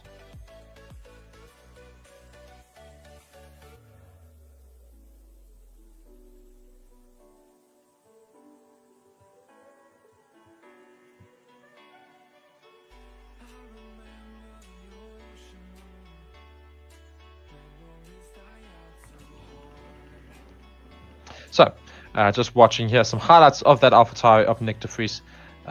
Just make a little bit of a couple of issues there as he's going around on his lap. We also see the Haas of Kevin Magnussen now going around. He's looking very fast to make Kevin Magnussen, actually. So we'll see whether or not he can do something this season as well. I think he's somebody everybody's going to be watching and hoping that he can do a bit more, because I think he showed a lot of promise last year in terms of getting into some really good positions, and then he never managed to hold it as he started the race. So I don't know if that was a Haas problem or a Kevin Magnussen problem, but he often managed to get some good qualifying times, and when it got to the race, not so much. I'll be following him now on his fast lap, and we will see whether or not he can get anywhere close to Max Verstappen's times so far. As I am joined by Reese again, just turning his mic on there, I can hear, and yeah, Reese is now joining us as well again. Yes, I am back. So just watching here, Kevin Magnussen come through, just behind. Who is he behind?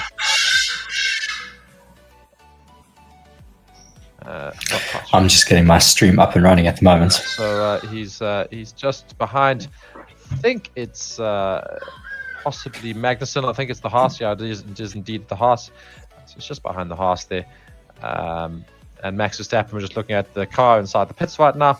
And we're still having a long chat to Mario Isola of Pirelli. But I think we will soon end that chat as well. As we're also looking at Fernando Alonso in that Aston Martin. He's not got a lot of laps, Fernando Alonso. So clearly the session's not quite working out for him as of yet. So we'll see whether or not Aston Martin can improve. I'm sure you mentioned it already while I was off commentary for a bit, but Max Verstappen has already gone over the 100-lap mark, which is quite impressive so far in testing. Yeah, as I say, he's gone over 100 laps. Obviously, a lot of the drivers did around 60 to 70 laps in that first session, and Max already in the 100 mark with still 2.5 hours left of the second session. So yeah, could get a lot of laps behind his name if he gets back onto track soon.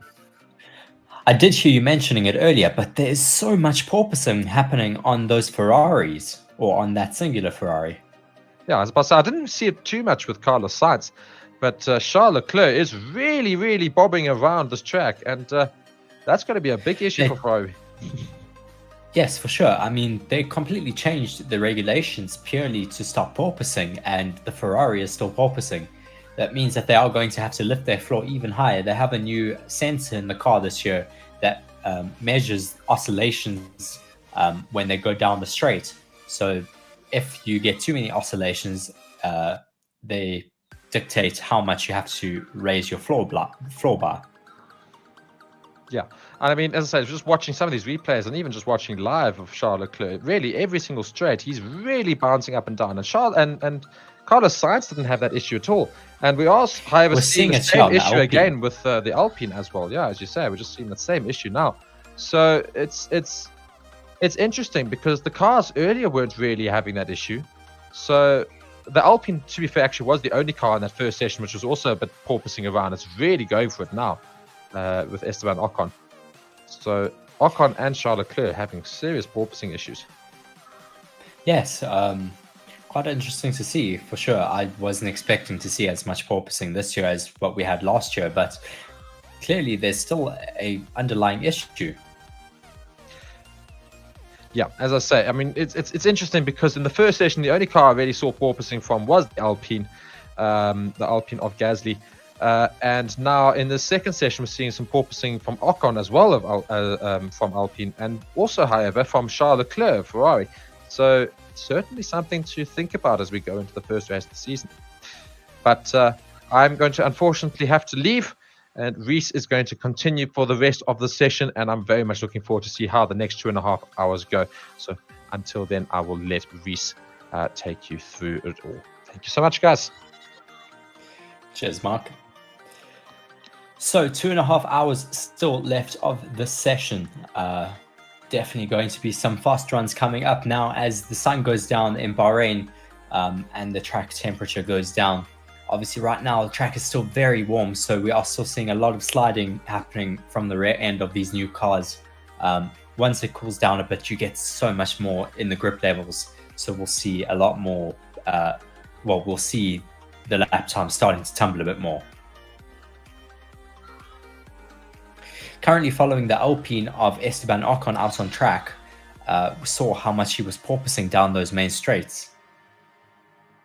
Very weird that it has come back this year. We didn't expect to see it as much because they did change the regulations this year to try and combat the effects of porpoising.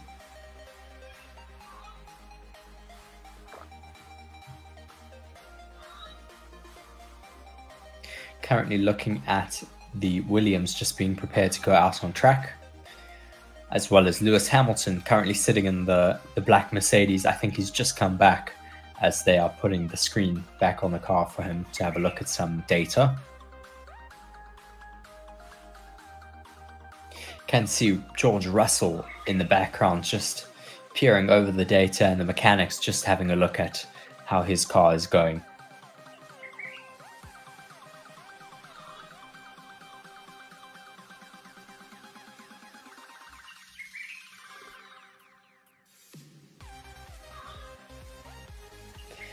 Currently, we have Fernando Alonso out on track. I don't know how many cars are out on track at the moment, but I don't think it is many.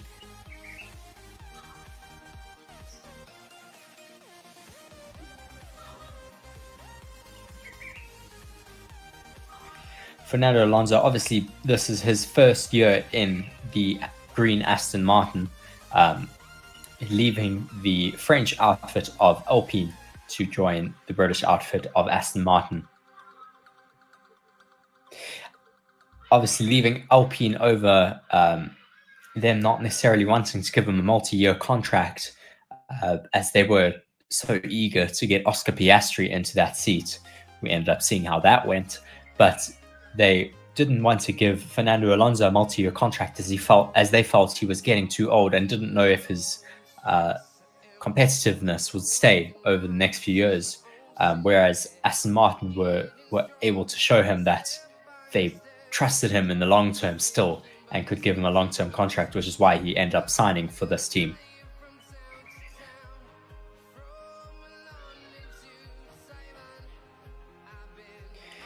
A lot of the drivers going wide over that turn 5 corner, going over the curbs on the outer side. But Fernando Alonso so far looking very comfortable in that Aston Martin. Aston Martin seeming quite a lot faster this year than what we saw in testing last year.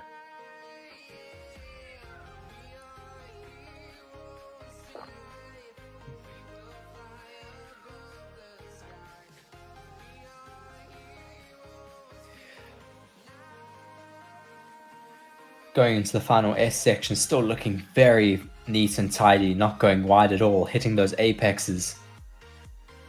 Everyone seeming to have a good balance in their car now.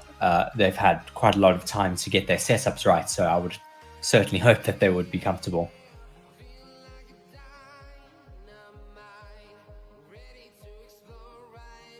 Sun getting quite low now in Bahrain, so we should see those track temperatures starting to fall quite soon. As Fernando Alonso now goes up into 5th position. So already we're starting to see those lap times fall.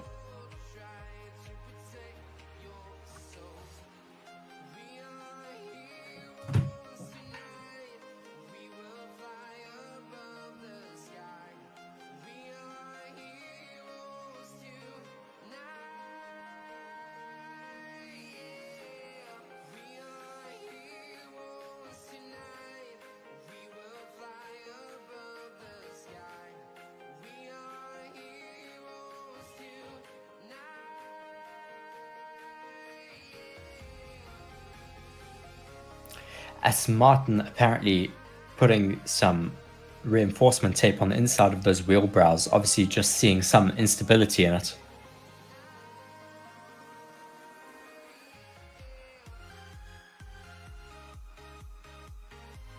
Just seeing them applying this metal tape to the inside of those wheel brows. So clearly, there's apparently an issue with those systems, which obviously feed into the brake system. So going into testing again with brake issues, they also went last year into testing with brake issues.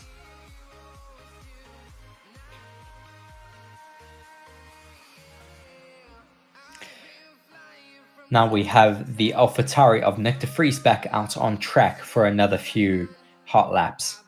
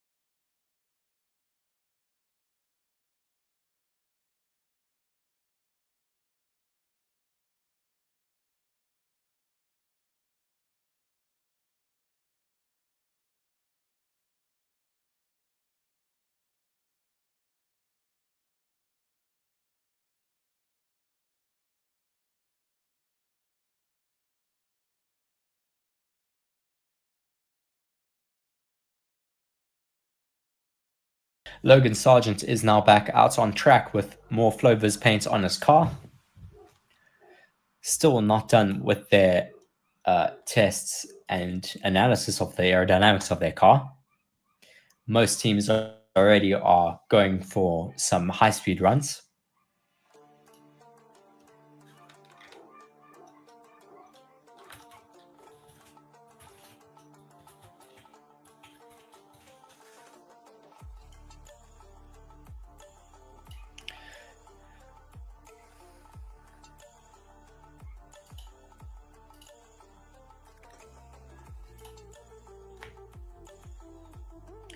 Not many cars out on track at the moment. I think most people are just waiting for the temperature to drop a little bit more, waiting for the sun to set a bit more, so they can go and put some more fast laps out on the board.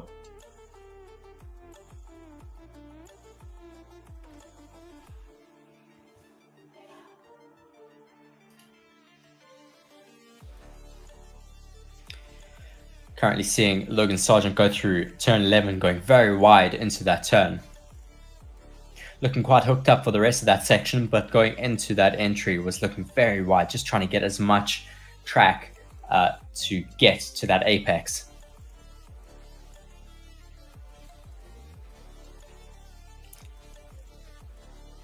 Hamilton now obviously taking that third spot away from Alex Albon.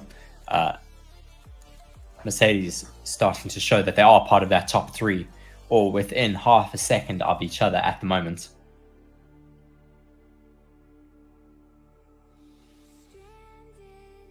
Great view of Logan Sargent from within the cockpit, just seeing how he's moving that steering wheel around and seeing the head movement.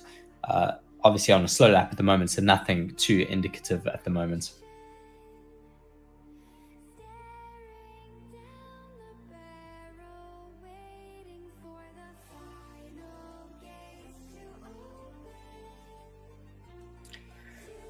Alfa Romeos are now out on track, so we should be seeing another fast lap coming for Valtteri Bottas.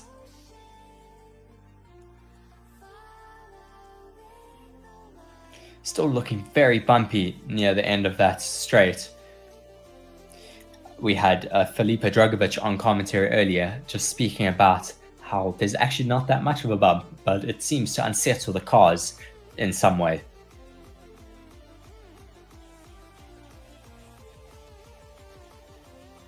Valtteri Bottas out on a set of mediums at the moment.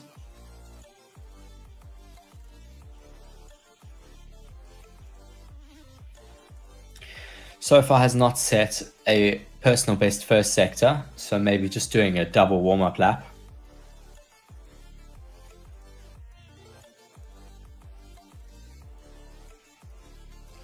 Logan Sargent currently on a slowdown lap, nothing competitive right now.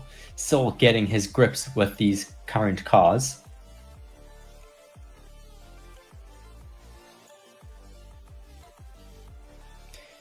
Alfa Romeo looking very good into the final S section, just looking very composed around those apexes.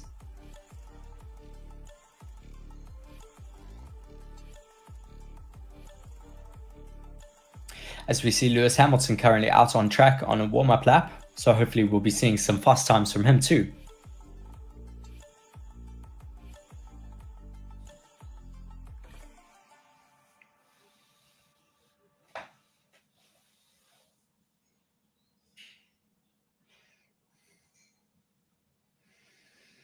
Currently we have 3 cars out on track: Lewis Hamilton, Logan Sargent and Valtteri Bottas. I can hear some more cars actually going out on track at the moment, so let's just keep an eye on that tracker.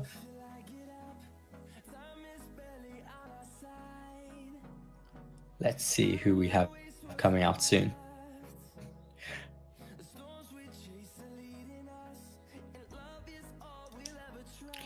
We also have Fernando Alonso out on track.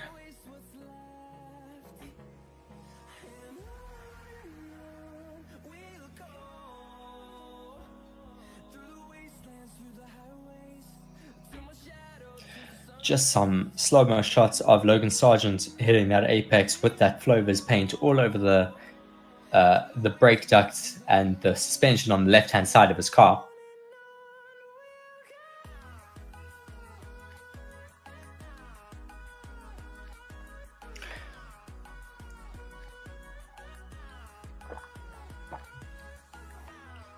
Commentators just saying how they look so much better this year than last year, so much more stable than last year, not sliding around as much. Obviously, they've had a full year to develop these cars and actually research them better to see how they are going to handle. So they are able to just handle this track so much better than they were 12 months ago.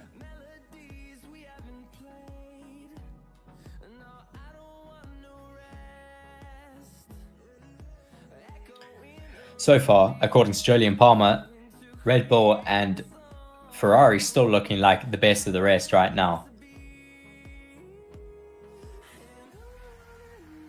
Lewis Hamilton currently going through the final corner to finish up his current lap. Not a fast lap at all, still 1.4 seconds off of his best time.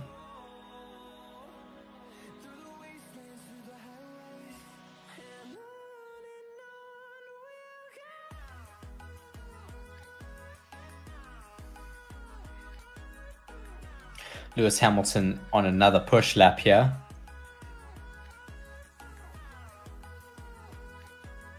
.134.3 his last lap that he did. Best lap he did was a 1:33.5. So still quite a bit of a difference at the moment between his two laps. So maybe still doing some warm-up, might be on some old tires. You never know what their run plans are that they're currently doing. So it's always a guessing game during testing.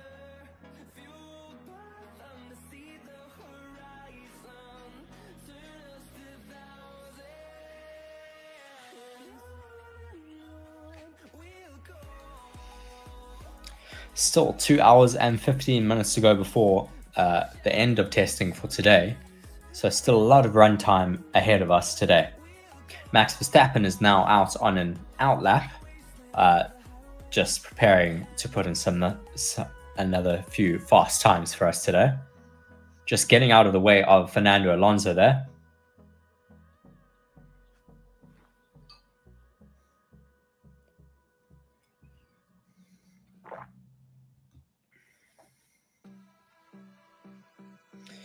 He's currently on a set of medium tires, so still not on the soft tires yet.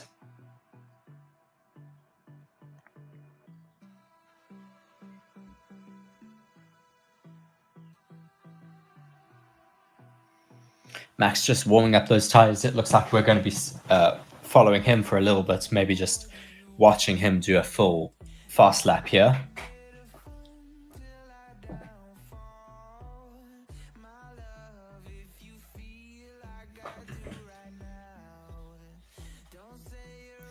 Yeah, he is now starting his lap, going into turn 1.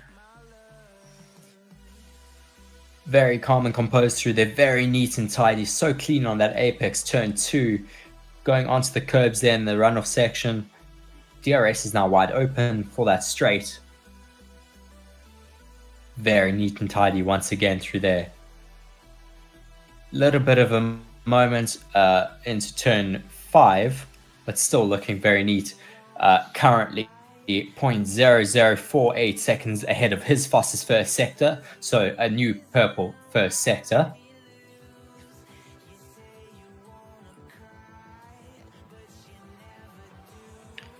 Once again, just so neat through these sections, through the hairpin section now. Let's see if he is able to better his middle sector. In turn 11 now, into turn 12, and the fast braking section to the right for turn 13. Still up on his middle sector time by 0.008, so another purple sector for Max Verstappen in the dying light of Bahrain.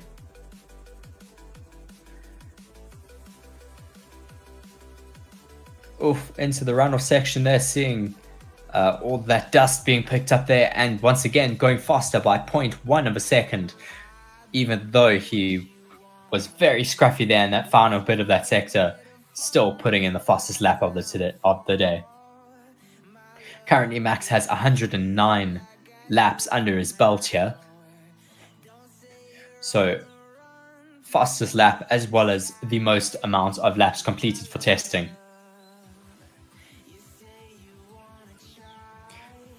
Once again, just so ominous for Red Bull, being so competitive so early on in testing.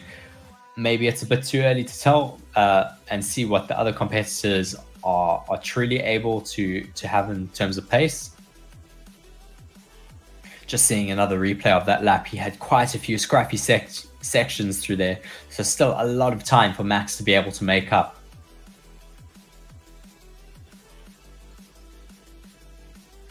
Only testing, so obviously they do not delete lap times because of track limits, but they are obviously still learning about how these new cars handle, so they are going to be quite scruffy sometimes.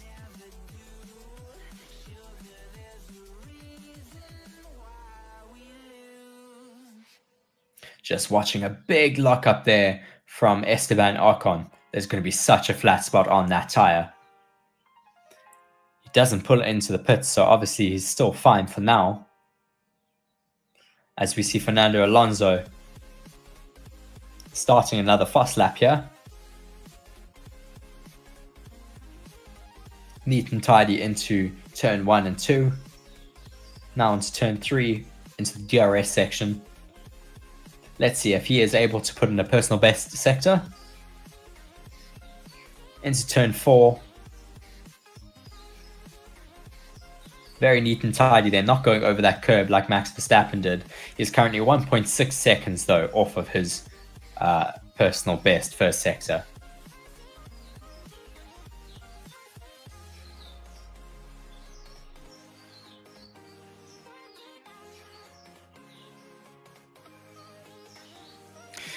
Quite a few cars out on track now, at least. I see we also have the Ferrari of Charles Leclerc out on track. Hopefully we see some more fast laps coming in from him soon. Currently still following the Aston Martin of Fernando Alonso, not currently on a fast lap. See the sun setting in the background of Bahrain International Circuit. We will be seeing the lap times starting to tumble soon, hopefully, with the grip levels increasing with the dying track temperature.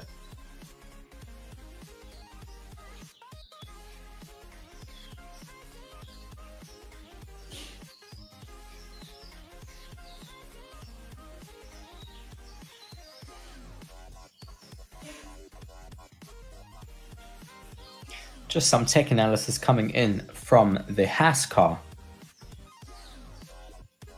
Just seeing some interesting winglets that they have on the end planes, on the end plates of their car.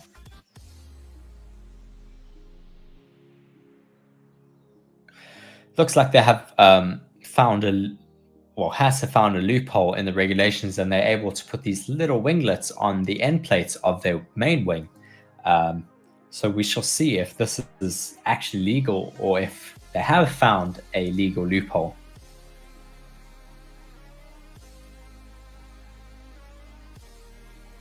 Seeing the Ferrari of Charles Leclerc porpoising quite a bit down the main straight as he goes into turn 1 and 2.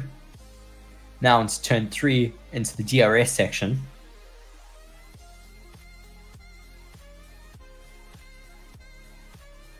Looking neat and tidy into turn 4. Staying within the limits of the track.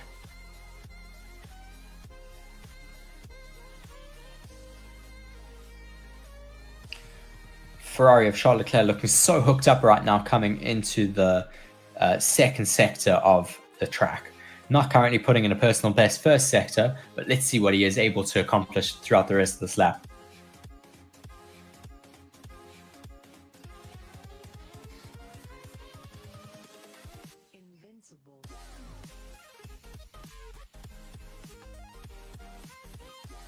Coming into turn 11 now, looking very neat and tidy, running a little bit wide, but still within the limits. Neat into the turn 12, now turn 13 in the braking section, looking very neat, still staying with a little bit of oversteer there coming out of turn 13, but still keeping it on track. Lots of porpoising coming down between turn 14. A little bit of oversteer out of turn 14, now straight down into turn 1.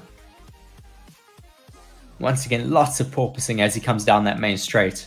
So clearly still a bit of an issue with the Ferrari floor that causes porpoising. We haven't seen it in all of the cars, but we've seen it in the likes of Ferrari and Alpine so far. It might be just as they are trying to run their car a little bit more competitive that they are finding that they are still experiencing this phenomenon.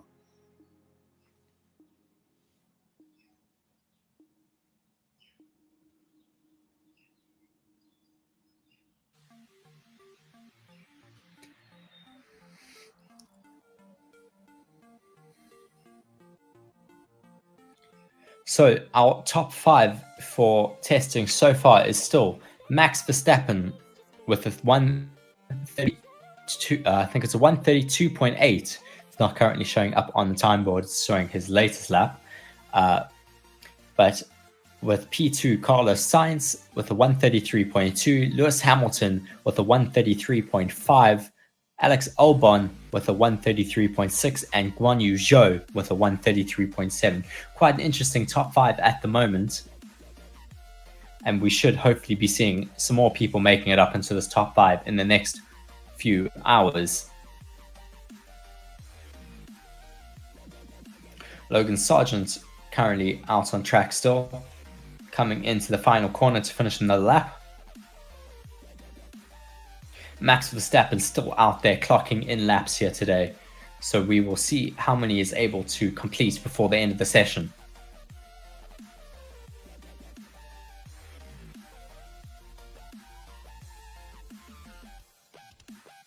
Still lots of Flover's paint on Logan Sargent's car out here today, just getting some more data and analysis done of the aerodynamics for the Williams car.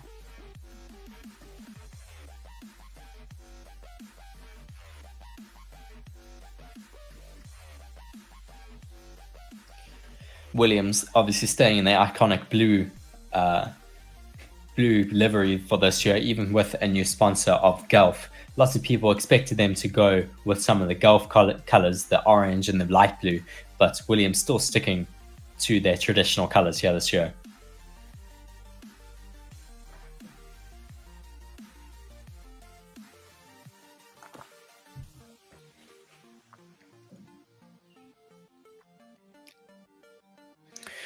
Track has gotten a little bit quieter again. Currently we only have Alonso, Verstappen, Lawson, and just waiting for that last name.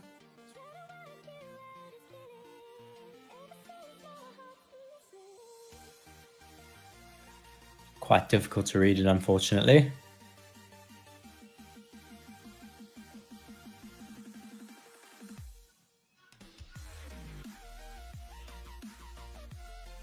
It is Nick de Vries, the last name that I was trying to see there. Seeing Logan Sargent just getting a little squirrely coming out of turn 14 there.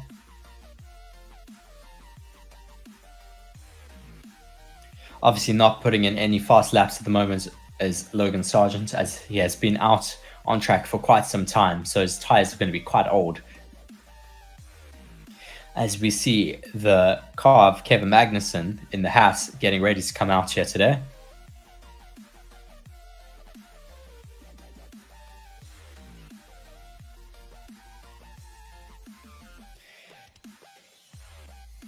Tyre blankets are now coming off. We should see Kevin Magnussen out on track very soon.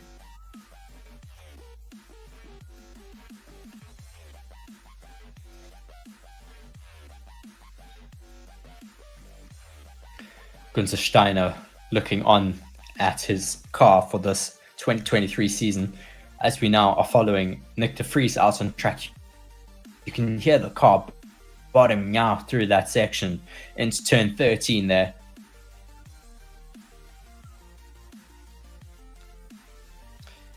Currently, Nick de Vries has 1.7 seconds gap to Yuki Tsunoda's best time from session 1.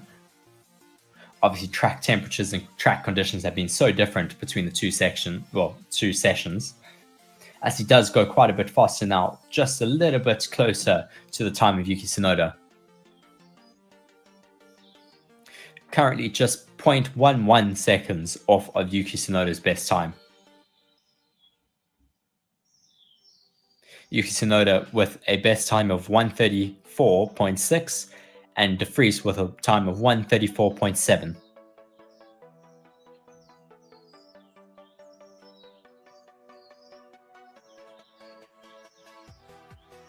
Just watching a replay of that AlphaTauri bottoming out in that section. As I said, I could hear it as he was going through.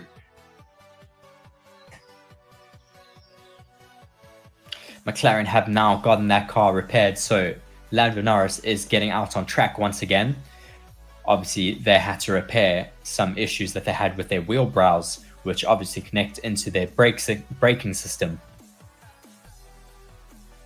Hopefully, they are able to have a good enough fix for the rest. Ooh, just getting very sideways coming out of the pit box there.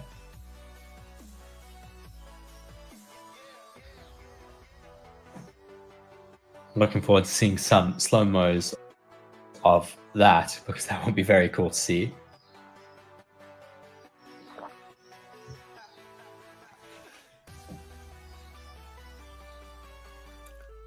A lot of teams have lost some time today with some small technical issues. No big issues, no crashes so far in testing, thank goodness.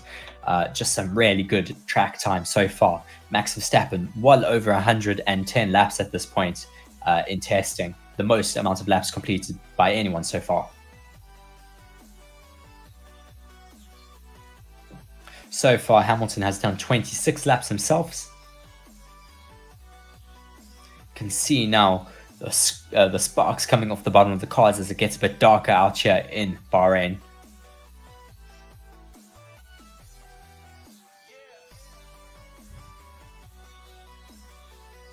Nick De Vries now coming into turn 4.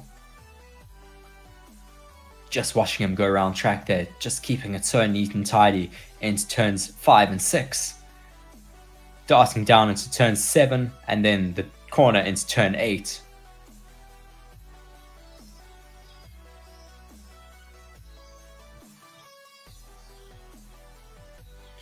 Hitting the left-hander into turn 9 and 10.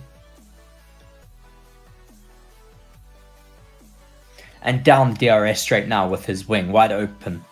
No porpoising that we can see, at least from the AlphaTauri so far, as he darts into turn 11.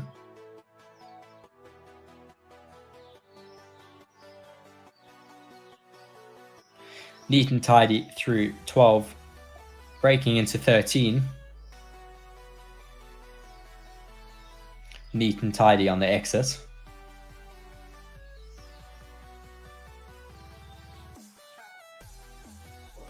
Interesting to see in the pit lane, we can see the second Red Bull car being built in the background. Obviously, they're only allowed to use one car for testing. Possibly, they might swap the chassis between the sessions, but during the session, they're obviously only allowed to run one car at a time.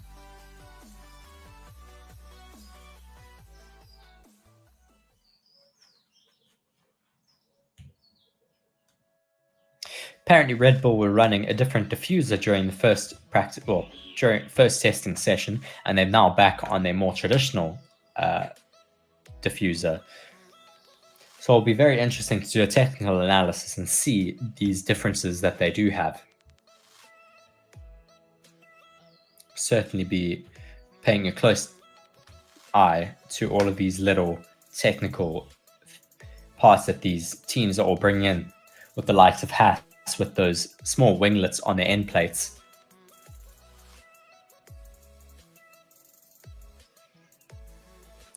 Lando Norris currently out on track doing some fast laps. Nothing better than what he's currently done, but just getting some more laps in as well. Ferrari is now back in pits.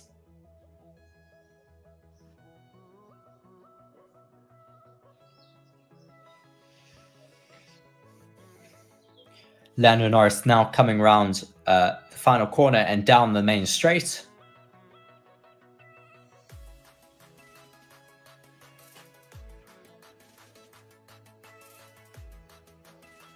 into turn 1 very neatly, switching across into turn 2 and turn 3, and then down the next DRS straight.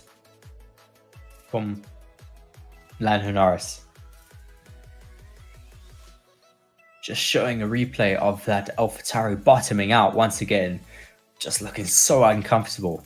Just all the sparks coming off the back of that as we see Fernando Alonso locking up once again.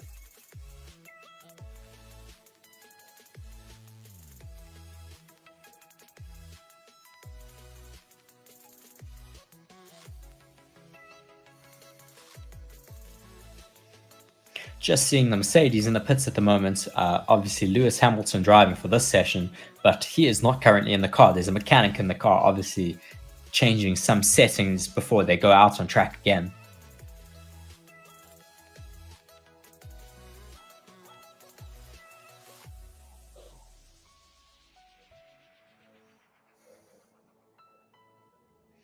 Just looking at some parts on the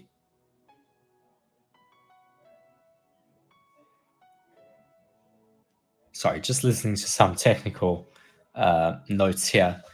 There are some like checkered flags put on the wings of the Mercedes, just apparently some sensors for a camera that they are possibly going to be installing on the front wing.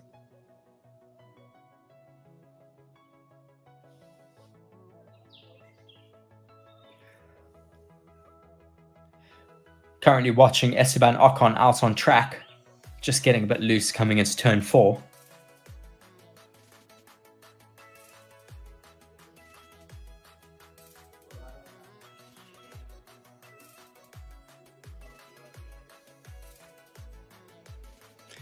Down into turn 10 in that heavy braking zone and back out onto the DRS straight.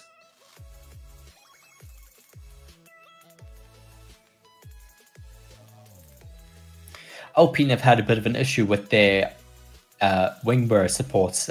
We saw earlier there was a replay of one of their wing mirrors moving around quite a bit and vibrating, and it obviously snapped that support. So they are now having to wrap those supports in a lot of tape to try to keep them stable for the rest of the day. So clearly a lot of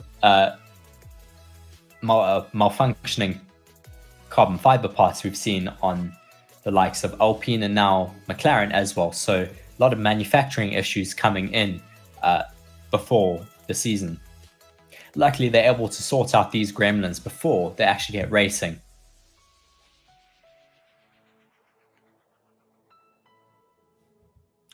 We've seen a lot of branding in McLaren at the moment that they are in their 60th season of racing, which is very exciting for McLaren.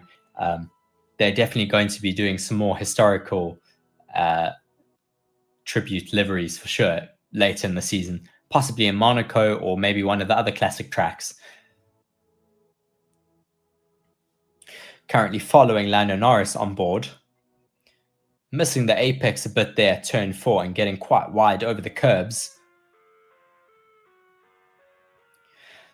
Having a look at the McLaren front wing, just seeing how they've got a different philosophy to how they want their nose of their wing to be. They've got a small cooling slot that they have, a lot smaller than what we've seen on many of the other teams. Cooling slot is actually not for any mechanical parts, but it is for the driver. It's just a tiny little slot that allows air in to cool the driver down in the cockpit.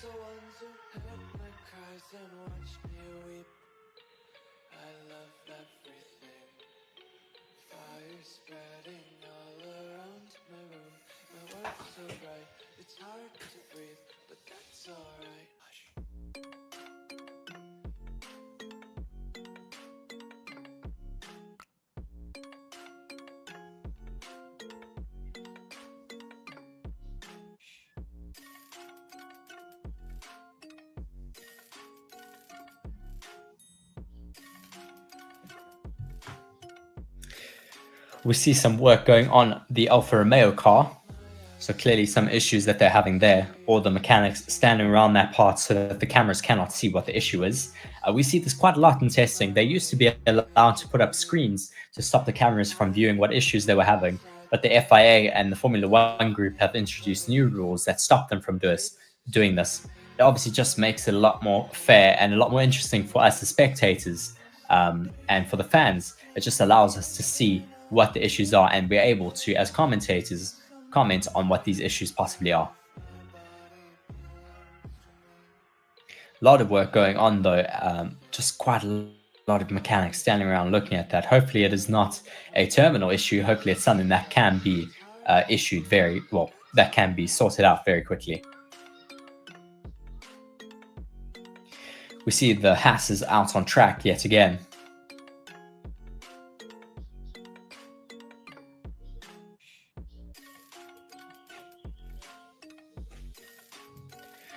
So far, the Haas of Kevin Magnussen hasn't set any personal best sectors, but is just putting in some more mileage on that car, just doing some more run plans.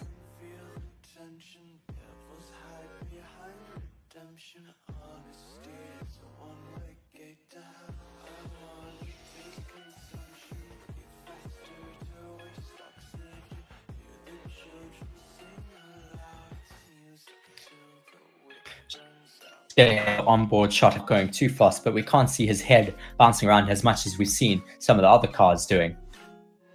Those other cars that we've seen quite a lot of bouncing and porpoising happening with is so far the Alpine as well as the Ferraris. Both cars that obviously had those same issues last year, but we would think that they would have been able to sort it out this year with the raised ride heights that had been implemented in the rules.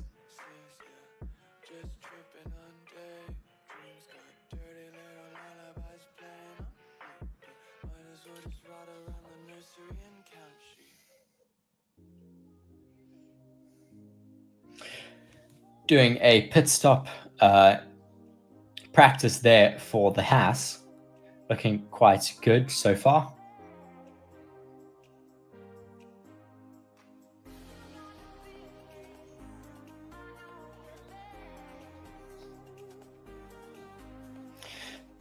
For now, Lando Norris still out on track in the McLaren.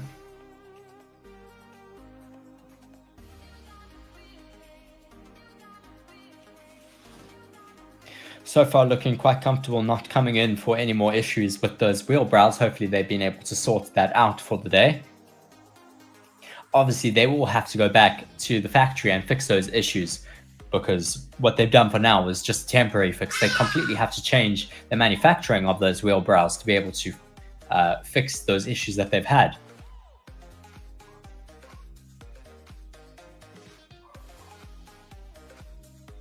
So because Williams, just hearing on the commentary at the moment, Williams obviously finished last in the Constructors' Championship last year, which means that for this year, they have the most amount of time available to them in the wind tunnels, which means that they are allowed, well, they hopefully are going to be the most advanced car aerodynamically, and hopefully they will be able to jump up a few positions on the grid, which would be ideal and would show that the regulations and all of the rules that are set in place actually work to help teams down at the bottom of the grid jump up a little bit.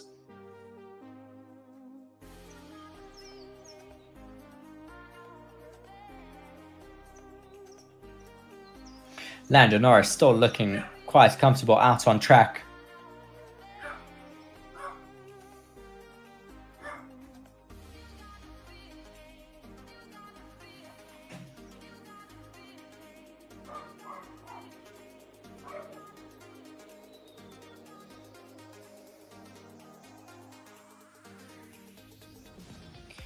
Lando Norris still going out. He's the only one that we are following at the moment. Kevin Magnussen obviously out on track, but not on any fast laps, so I'm not following him just yet. Oh, getting very sideways there, Lando Norris in the last corner.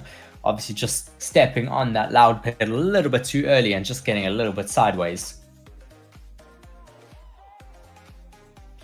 Don't see any porpoising going on the McLaren there. They look very stable.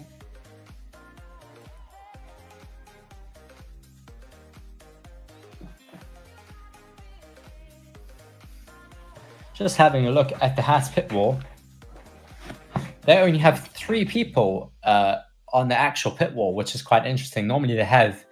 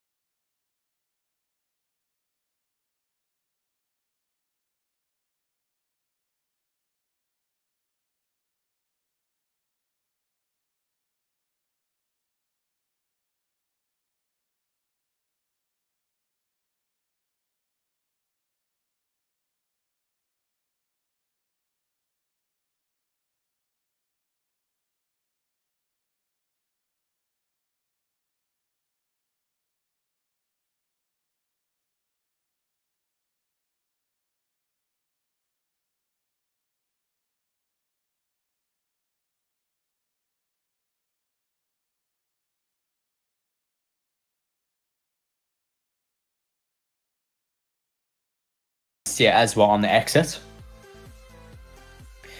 Coming now into turn 11, into the S section. Clean on entry. Let's see if he can keep it. Stays neat and tidy. Let's see if he can hit the apex into turn. Oh, getting very loose again. Into turn 13 now. Just having to take multiple stabs at that steering wheel. Not completely confident in the balance of that car. Just maybe lacking a little bit of downforce. Looked like it was running a lot lower to the ground as well, because it was sparking its way along there.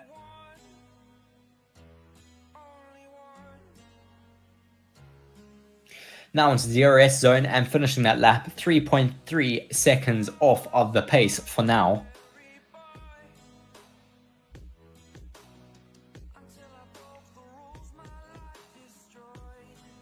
We see now Logan Sargent finishing his lap, still currently down in 16th position. Currently still our top 5 is Max Verstappen, Carlos Sainz and Lewis Hamilton.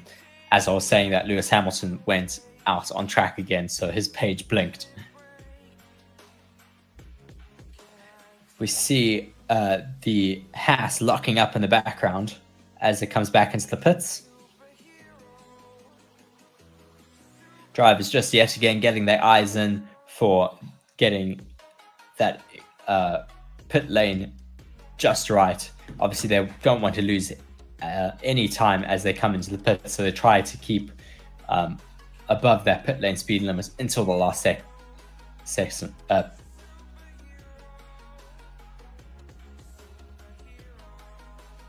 We see now Max Verstappen in the back of the pits, helmet off, hat on. Obviously just relaxing for a little bit while mechanics do a few setup changes to his car, and then he will be back out on track a little bit later. Lewis Hamilton back out on track though.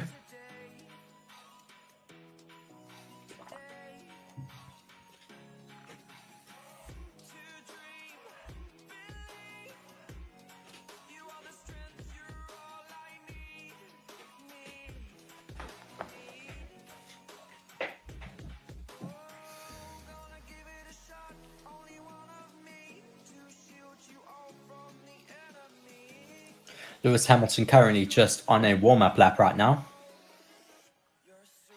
You can see the sparks flying off the back of his car as we are back in the dark in Bahrain. True to how it will be for the actual race here.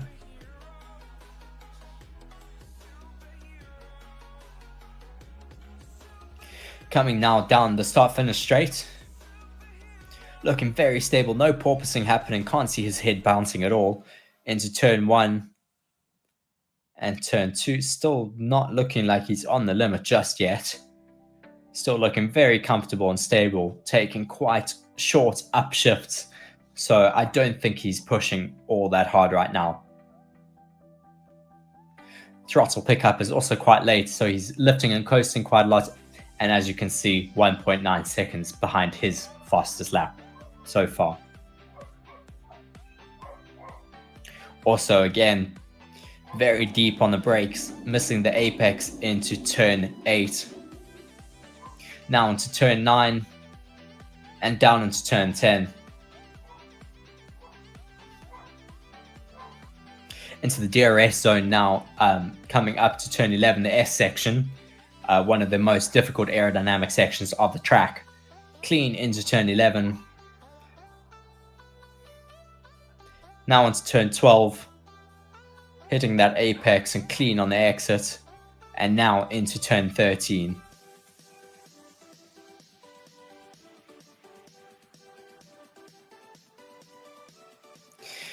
Lots of talk obviously going on about the new drivers for the season, as well as the drivers that we lost from last season, obviously losing Mick Schumacher and Daniel Ricciardo. Both who are still involved in current Formula One teams. Daniel Ricciardo being involved with Red Bull Racing as their testing and reserve driver, and Mick Schumacher being involved with Mercedes as their testing and reserve driver. Great to see these personalities still involved in Formula One. Obviously sad that we don't get to see them out on track this year, but we should hopefully be seeing them joining the likes of maybe Audi or another team in the future.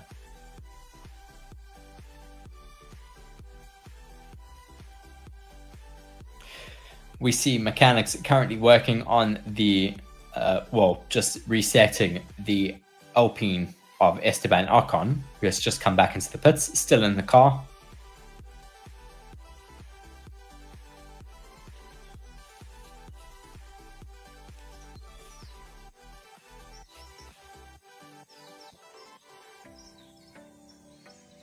We see Valtteri Bottas now back out on track.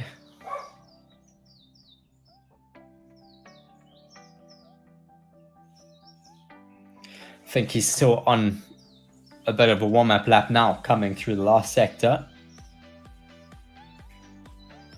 Let's see if he is able to improve on his times at all now.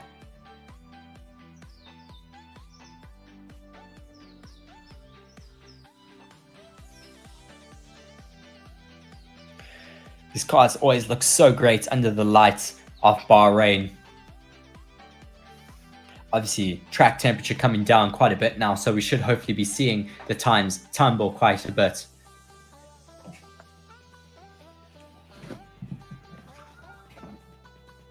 Obviously, lower track temperature means that the tires are able to perform a lot more stable, in terms of temperature change throughout a lap, which means that more grip stays in the tires.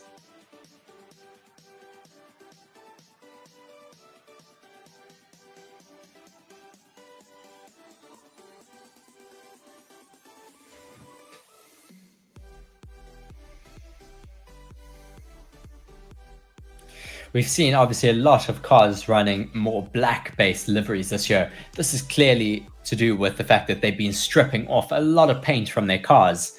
Obviously with the likes of Mercedes, who have stripped the majority of their cars' paint off and only has a small matte black painted section. This is to save a lot of weight. Mercedes were able to lose about 2 kgs worth of weight and be under the weight limit due to this.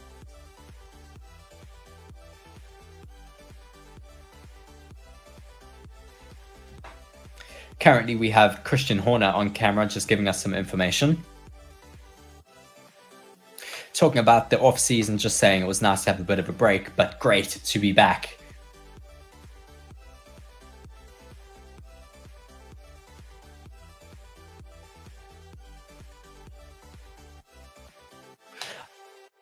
Obviously, still very composed, saying that they're happy with the car for now. Not, well, Red Bull always keeping their cards quite close to their chest.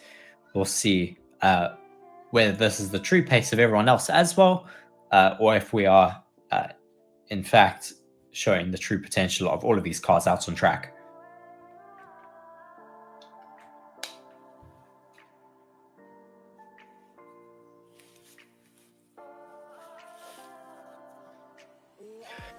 Lots of him just talking about what other teams he thinks will be competitive for the rest of the year.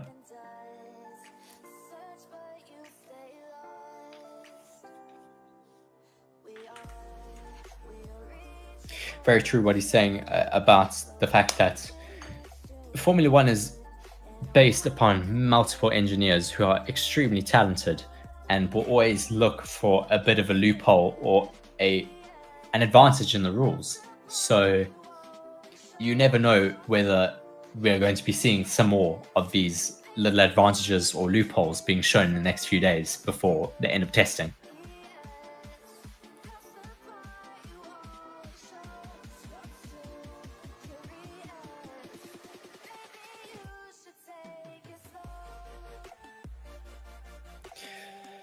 One hour 35 minutes left of this testing session here in Bahrain. This in the evening of, in the Bahrain dusk here.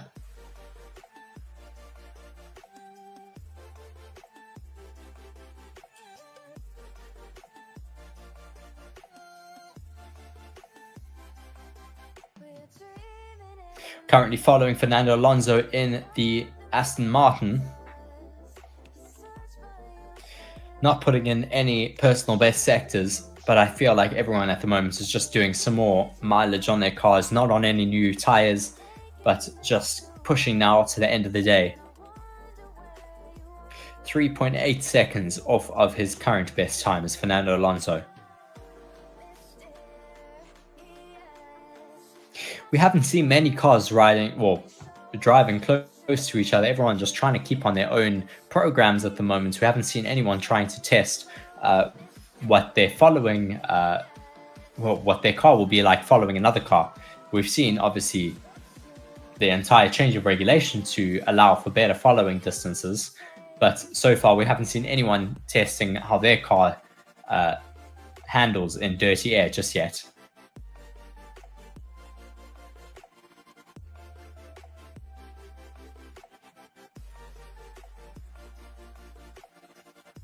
Just having a look at the Aston Martin pit wall, all of those engineers just going through all of the data coming from that car.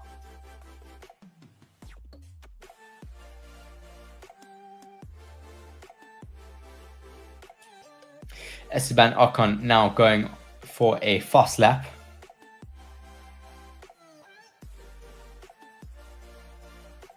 Wing wide open coming into turn 1.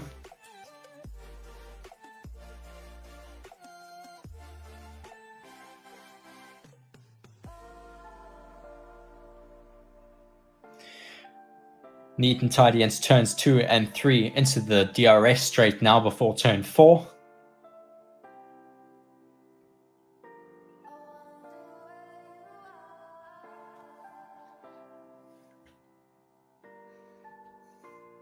Coming to turn 5 and 6 now. Through turn 7.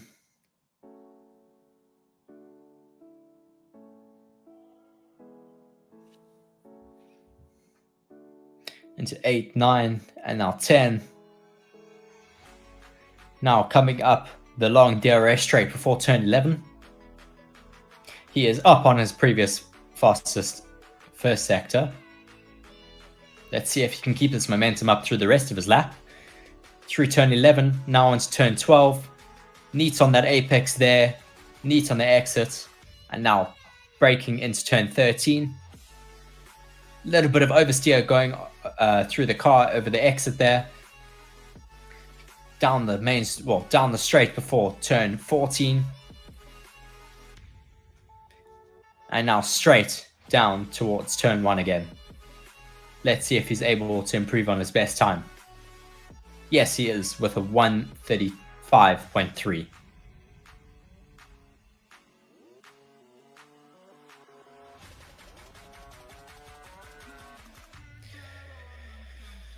Four cars out on track at the moment, with Lando Norris, Fernando Alonso, Logan Sargent, and Lewis Hamilton.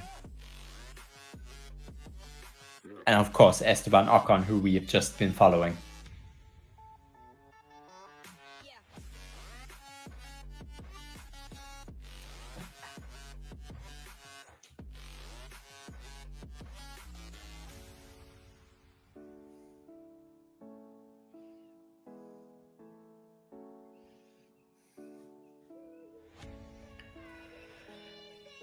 Hopefully more cars coming out on track soon. I will be taking a break for a little bit.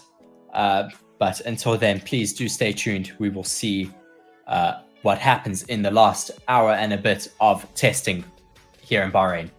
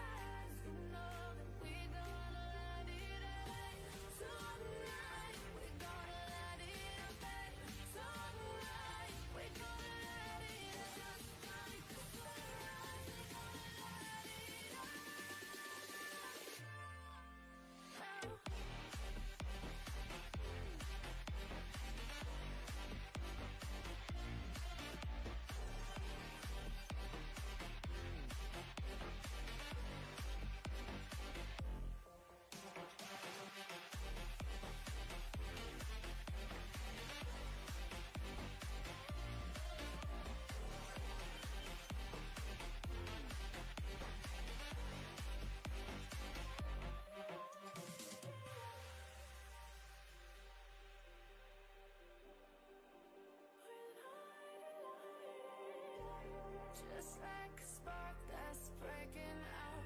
Can't make a stop, can't turn back now. We know that there's no room for doubt. No, we can't turn back now. I see danger in your eyes. They know we'll burn down the night. Coming just like the sunrise. You know that we gonna light it up tonight. We gonna light it up, babe. Tonight we gonna light it up just like the sunrise. We gonna light it up.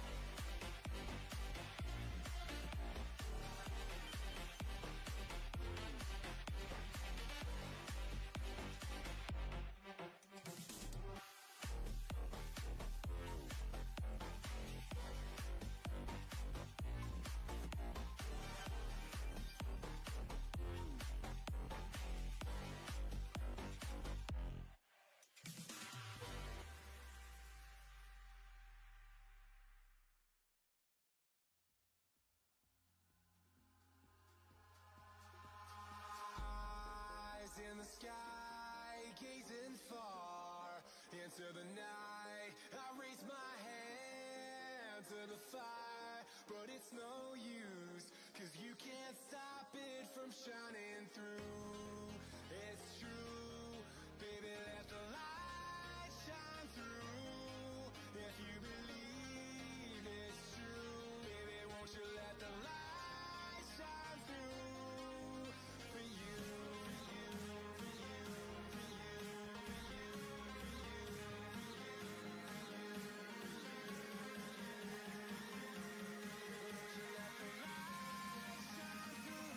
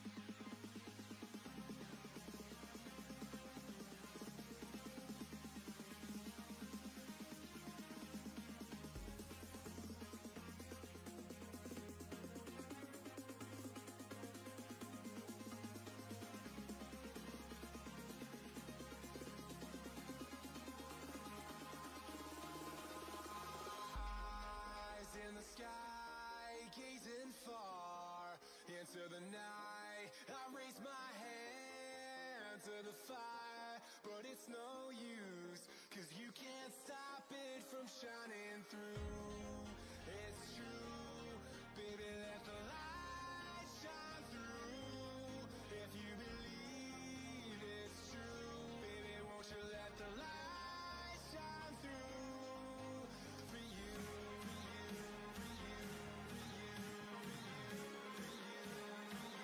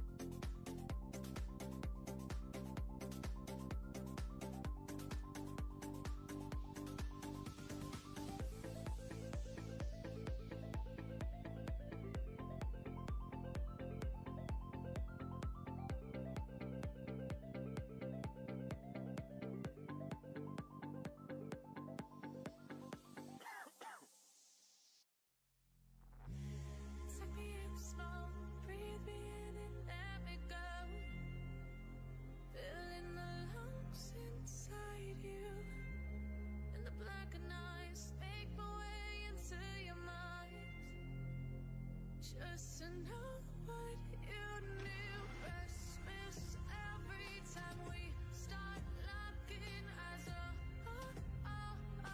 Lost control. Oh, it's paradise with honesty, but I'm in the dead of the night.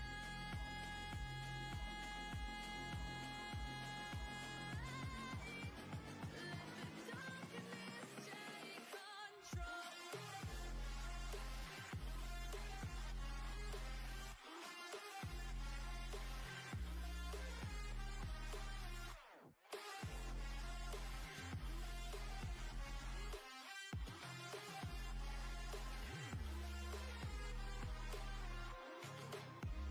Let the darkness take control. Darkness take control. May the darkness take control.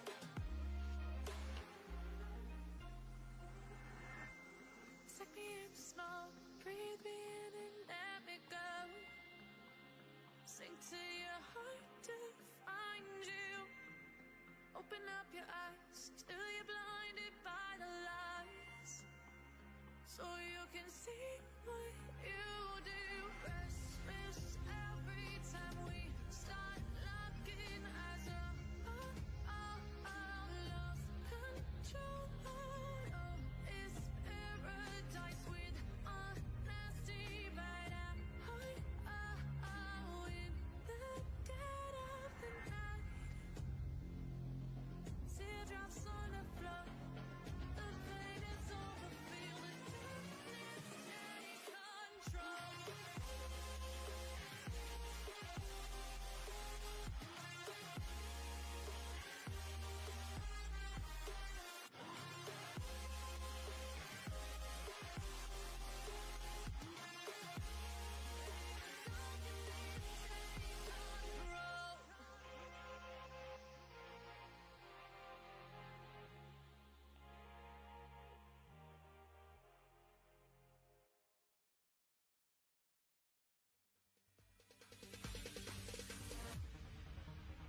No, there ain't no stopping us.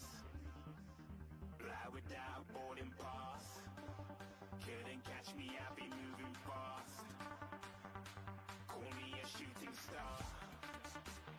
Let 'em know who you are. Flying up in a bar. Wish on a star. Time to show 'em who's in charge. Call me a shooting star.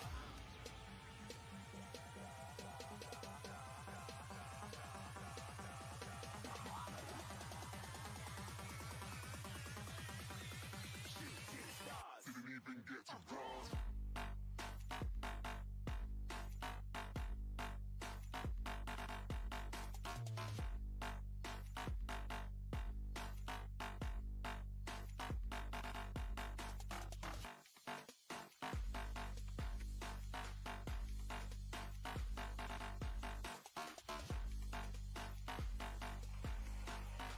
I said I'm moving too far.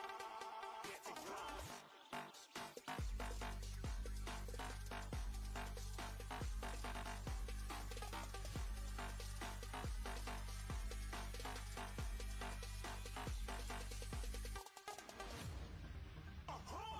Looking at a shooting star. Got more than a couple of people going mad. I swear they're rooting hard. Tell them I'd be big in the game like she went and got them breast implants. I said I'm moving too fast. Didn't even get to glance. I'm ready to eat up track like I'm seated in a restaurant. If you had swag like mine, you know it's best to flaunt.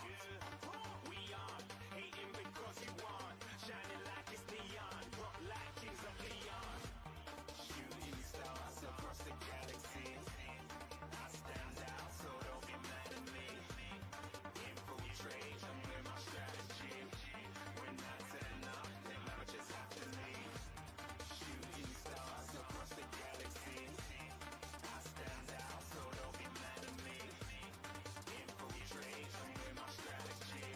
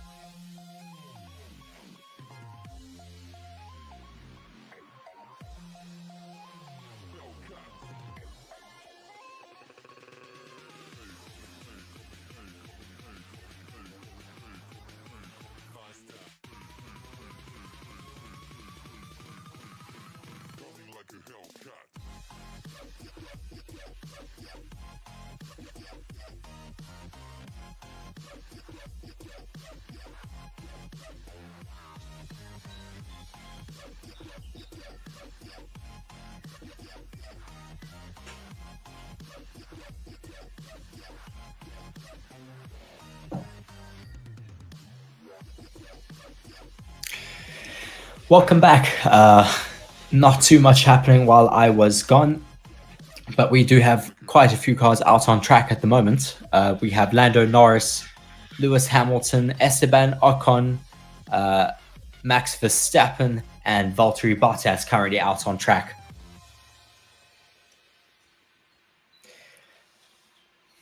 Lando Norris has currently put in his fastest lap of the testing so far with a 1:34.09.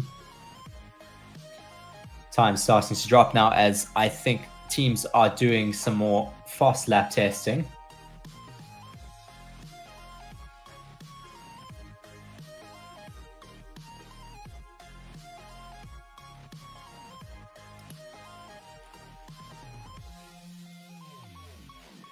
Just having a good look at the McLaren garage at the moment.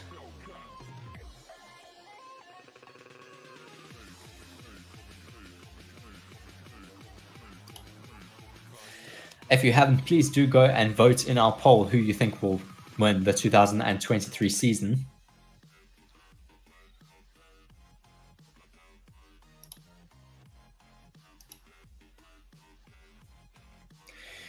We see that Valtteri Bottas has now come back into the pits, doing a pit stop for some new tires.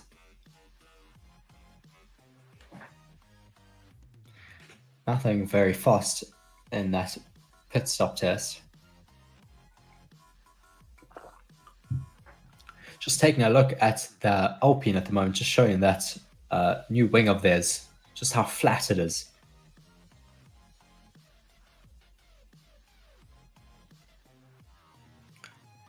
Lewis Hamilton still out on track going into turn 4 at the moment. Or is that turn 14? No, it's turn 14.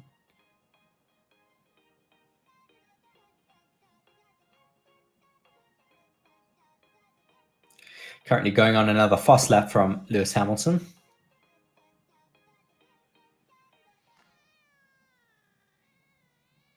Nice and neat into turn 1. Now going into turn 2. Looking very stable there. No bouncing around. No movement from the rear end of his car. In the DRS zone at the moment on into turn 4. Got a little bit of traffic in front of him, but it looks like they've moved out of the way. Into turn 5 and 6 now. Now it's turn 7. Currently, Lewis Hamilton is on the C2 tires.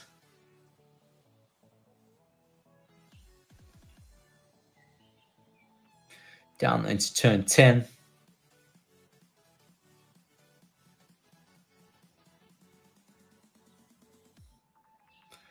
And Lewis Hamilton now making his way into turn 11. Still looking very, very planted down on track. No sliding at all from what I've noticed.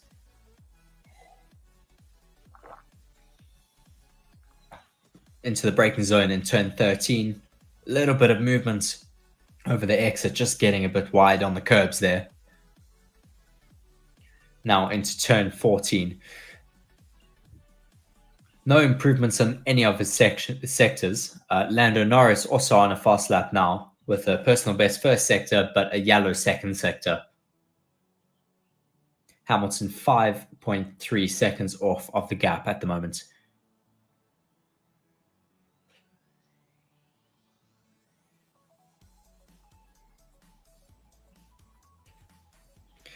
Just following Lando Norris at the moment, you can hear his car bottoming out on the track on the main straight, just bouncing along.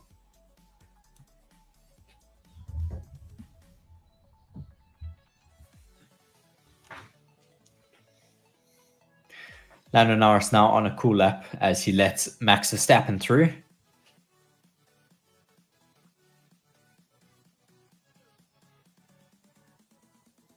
Let's see if Max is able to set any faster sectors here. Currently not.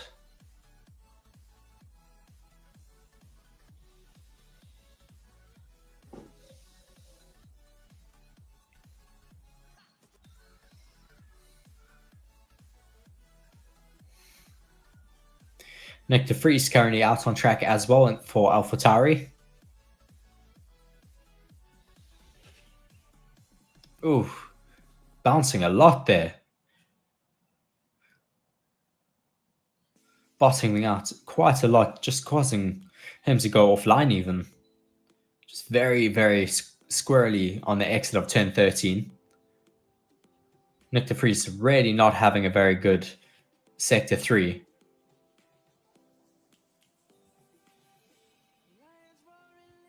Maybe that the wind has picked up at the moment and it's causing them to be blown a bit offline, which we have quite often here in Bahrain.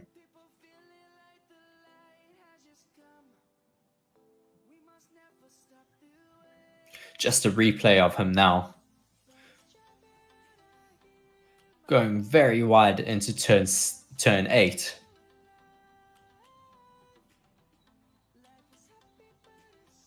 And again into turn 11.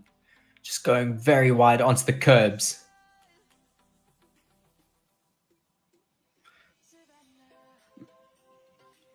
Can even see how his car is bottoming out into turn 12.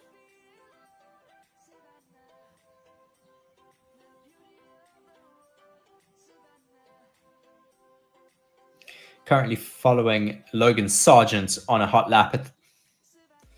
Let's see if he is able to improve on his best time so far. Logan Sargent's best time at the moment is a 1:37.5.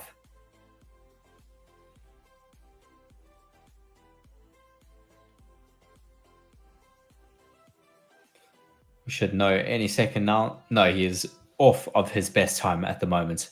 So still no improvement from Logan Sargent.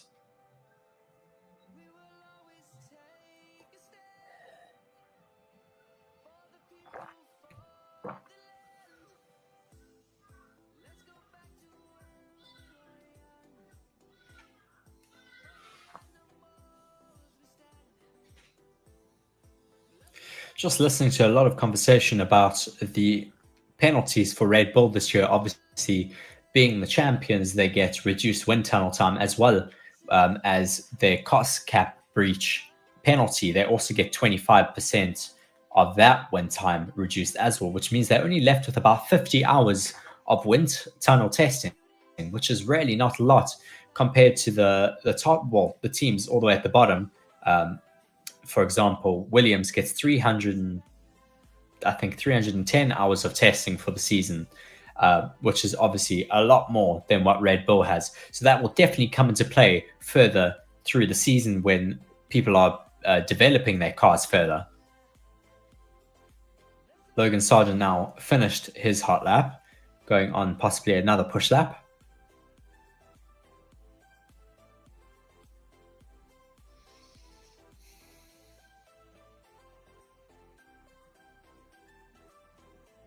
Fernando Alonso out on track yet again. Going through turn 11 right now.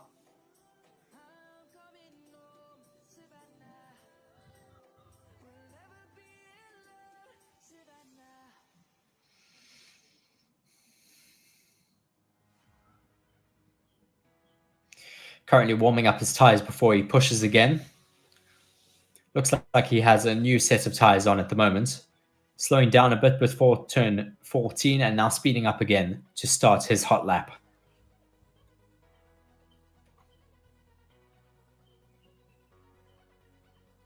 Let's see if he has any porpoising down the main straight as we get a nice long shot of him. Looks very stable so far.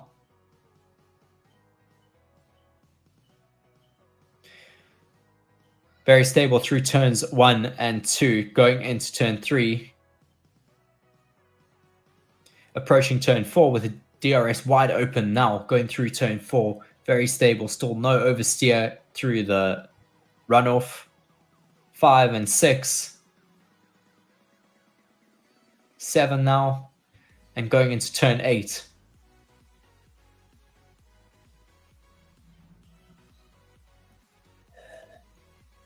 Aston Martin's looking very competitive here on the first day of testing.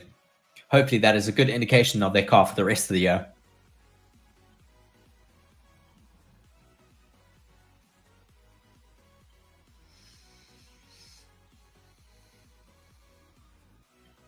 Back in turn 11 now, Fernando. Fastest first sector.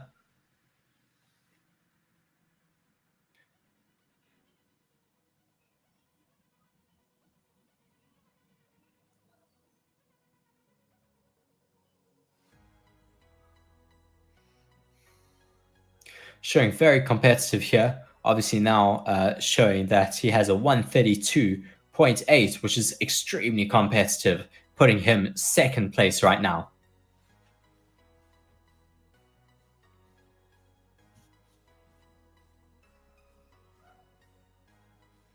That is incredible from Aston Martin, just showing such pace here at the end of the day. Looks like Red Bull have dropped the car off the jacks as they have been doing some pit stop training.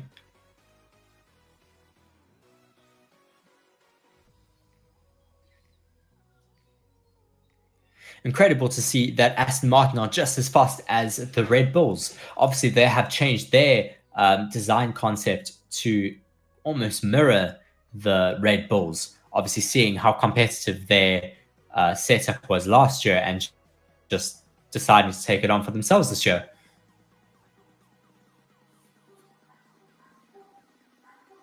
We see Charles Leclerc now going faster back up into P4. As I said earlier on in the session, once we have the track temperature going down a bit, we'd get some nice fast laps out on track. So I assume that we will see some of the big runners coming out again and putting in some really fast laps. Looking like we're doing some lighter fuel runs at the moment, which is quite exciting. Just looking at the Red Bull garage, it looks like they have damaged their rear jack.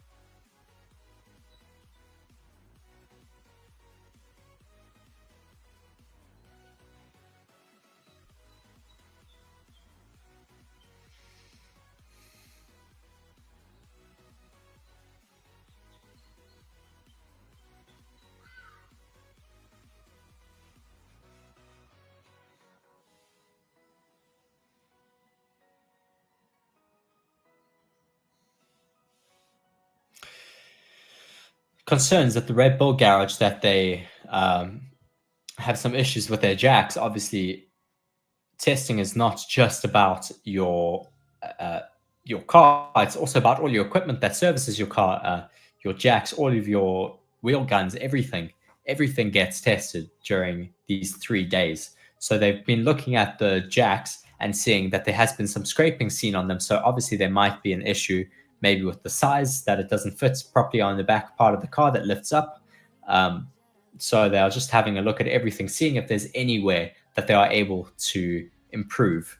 Obviously, these parts and these systems obviously play such an integral part during the races. You can lose as much as a second just because of a jack not being able to pick up quick enough, or you can lose multiple seconds if you drop the car on the floor in the pit.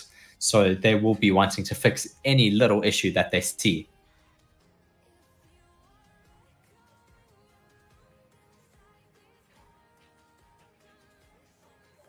Bottas out on track at the moment, going into sector 2. Not a personal best first sector at the moment, but let's see if he is able to improve that at all.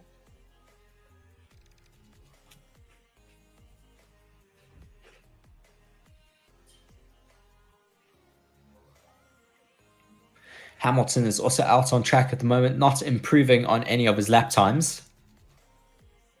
Max currently on lap 140 of testing.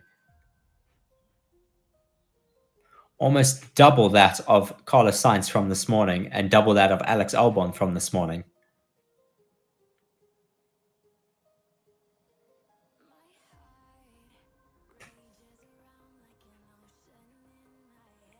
Bottas now coming in to finish his lap. Obviously not on any high-speed runs or qualifying simulations like the others.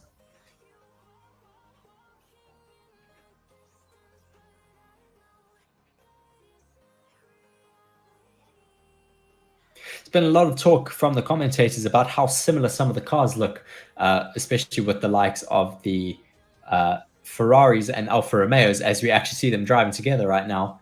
I don't see any issue, but they have more of an issue with the Haas and the Alpha Tauri at the moment because they look very similar with their white and red.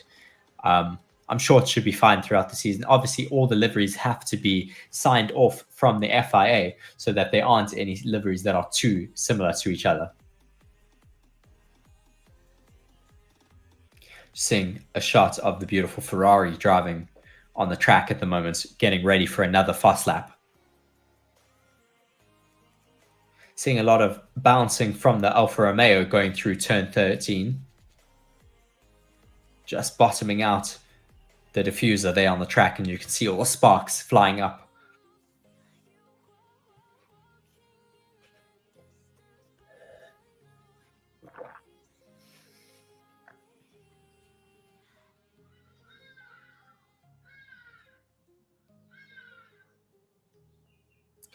We see Charles Leclerc just preparing his car now for another fast lap, just coming through turn 13 with the ERS harvesting. You can see that by the lights flicking on the back. Now deploying it again as we see them turn off and him coming into turn 14 to start his next flying lap. Very neat there on the exit of turn 14. DRS now wide open to start this lap. Let's see what speeds he's able to achieve. Neat and tidy into turn 1, no locking of brakes. Stable through turn 2 and 3, well within the lines. DRS wide open again, coming up into turn 4. A little bit wide over the curb there, but still well within track limits. Ooh, very loose coming into turn 5 and 6. Just maybe turning the steering wheel a bit too much and having a massive hand of oversteer.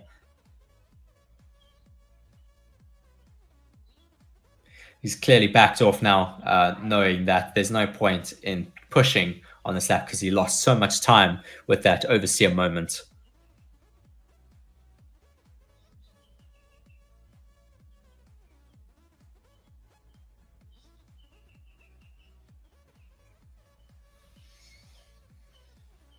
So far from what we've seen in testing today, Red Bull have the upper hand. Ferrari are definitely in play, but the biggest outlier is that the Aston Martins seem to have quite a lot of pace at hand.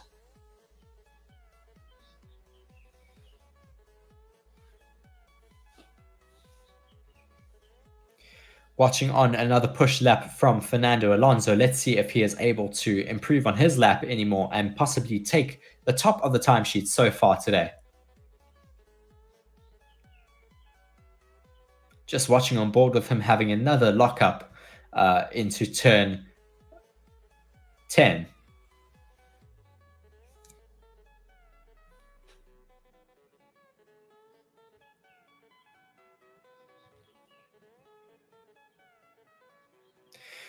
On board now with Lando Norris in turn 13.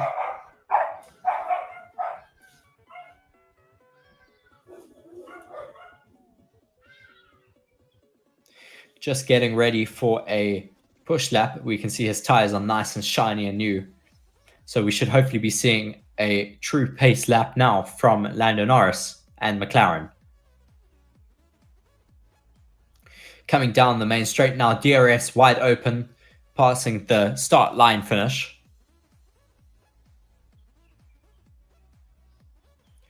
Let's see. Nice and neat so far through turn 1.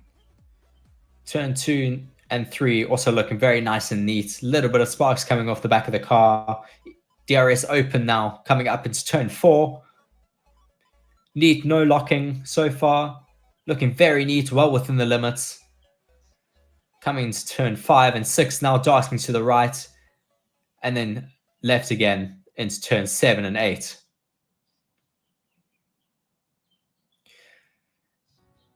Very neat and tidy now through turn 8, coming across to 9 and 10, the left-handers.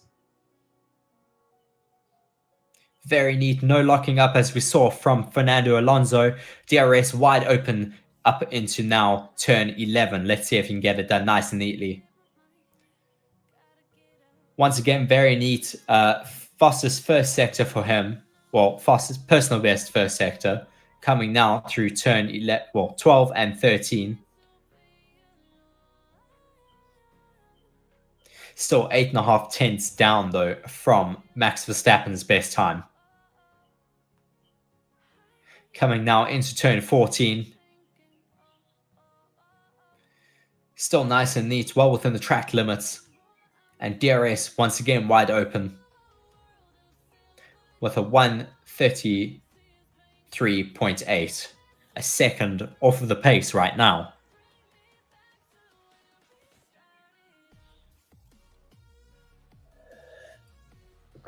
Obviously, we do not know what fuel load he is on right now, but they are on the same tyres, well, the likes of him and Fernando Alonso, as we see a replay of Lewis Hamilton getting a massive hand of oversteer there. Looks like he's playing World Rallycross more than Formula 1 right now.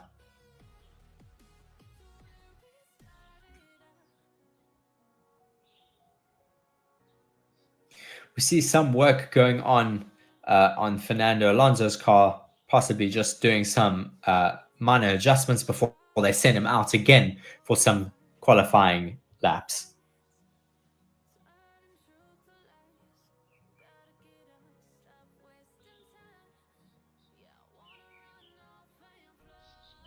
Just some replays of that Aston Martin lap. Just phenomenal how quick they are out here today. I definitely did not think that we would be seeing them up in P2 right now in testing, obviously with how they performed last year. Last year was really a year to forget for Aston Martin. They had such high expectations going into the new design season, and they really just did not get it right, and they were really on the back foot. But it seems like they are really putting their best foot forward now for the 2023 season, showing that they are very competitive right in the beginning of testing. 37 minutes left of the session here today, before we have testing again tomorrow.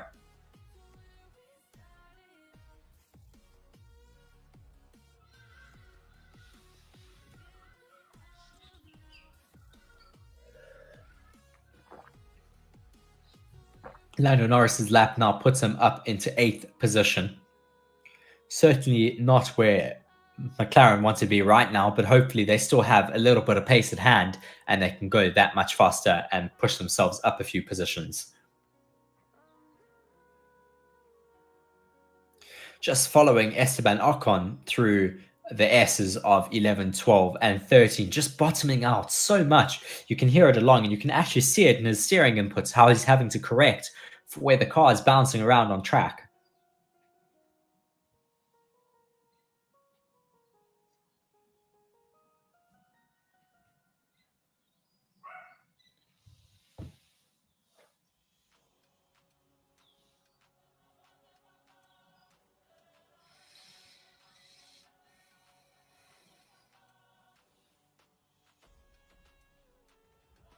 Just following again, Esteban Ocon coming through turn 1, just very wide on the apex. Just looking very rough whenever he's driving. Just not looking like a fun time in that car.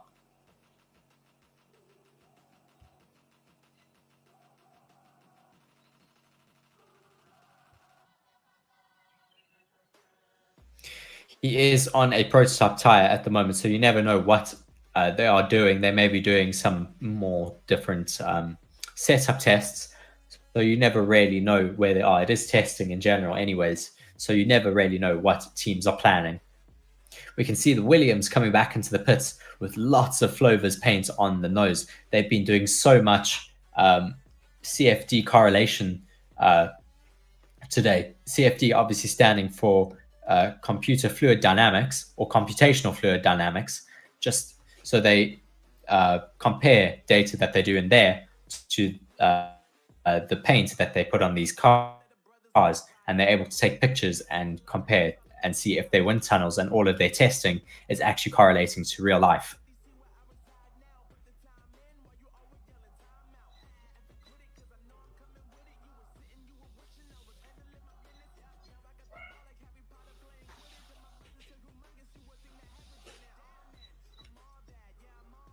Just watching Lewis Hamilton out on track at the moment. Looks like he's running on some hard tires.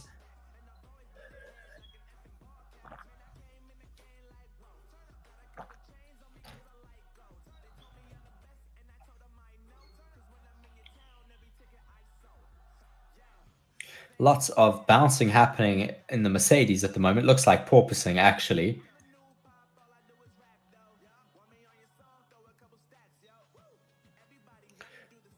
Watching Hamilton come now down into turn one. Unfortunately, he has backed out of that lap now, so we will not be seeing him go for another push. Still 33 minutes left of the session.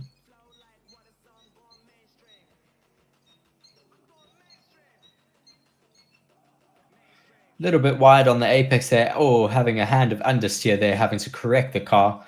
Yeah, he may as well give up on this push lap, unfortunately. Maybe just back off and prepare again for another one. Just having to take double stabs often at the steering wheel through corners, possibly just trying to get some extra heat into those tires. Obviously, the hard tires are the hardest compound that they run in Formula One, so it takes a long time to get heat into those tires.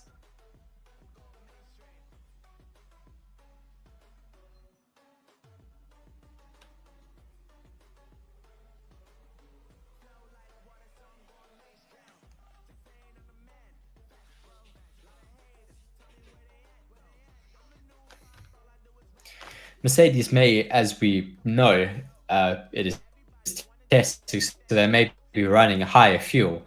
They are on hard tires, so they may be doing some more long runs. They may be doing just some race runs just to see how these tires will run during the race, maybe next weekend. So you never really know.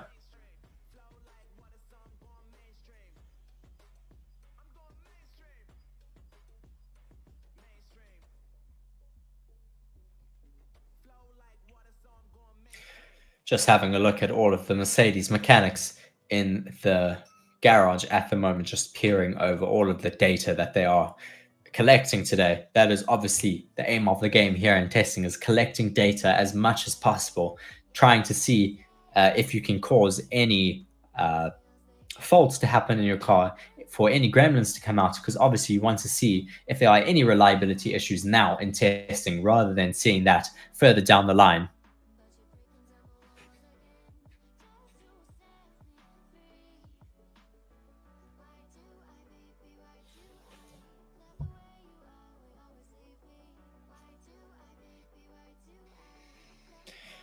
The Ferrari just out on track again, looking great. I don't think they are on another push lap just yet. They may be on a preparation lap. Let's have a look from their first sector. It certainly doesn't look like Charles Leclerc is pushing at all. No, he's harvesting quite a lot, so he's definitely not on a push lap.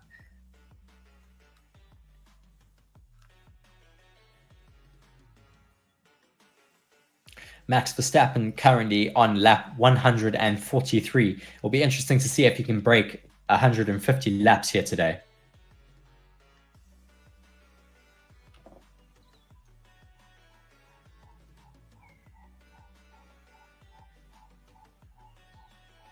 Just watching there, Frederic Vasseur on the Ferrari pit wall. Obviously, Frederic Vasseur taking over from Mattia Binotto as Ferrari team boss. He came from, obviously, Alfa Romeo, where he did such a good job to get them up into that midfield battle. Watching now a pit stop practice by Alpine.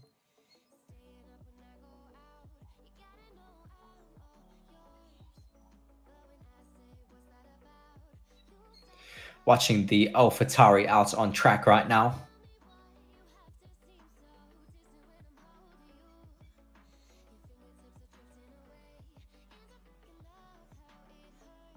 Not putting in any personal best sectors at the moment. Just looking very rough at parts on that track. Just watching his head cam, just seeing how much he's bouncing around inside there.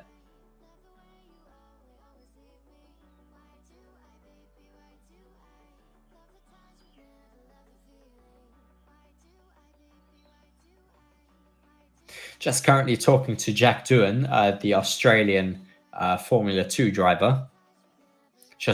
He's been in the Alpine garage all day, hearing a lot of the talk between the engineers and the drivers, just listening at the moment to what he is saying.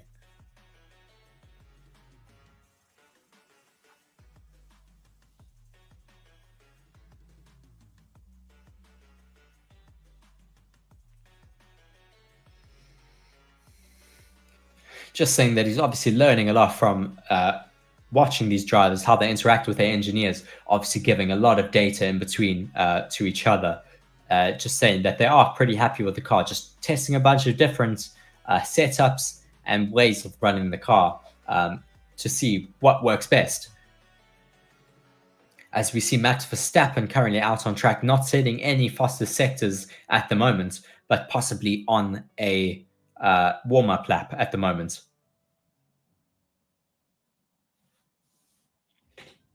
Currently on the medium yellow sided tires, same as what Fernando Alonso and Carlos Sainz or Charles Leclerc put their fastest laps on.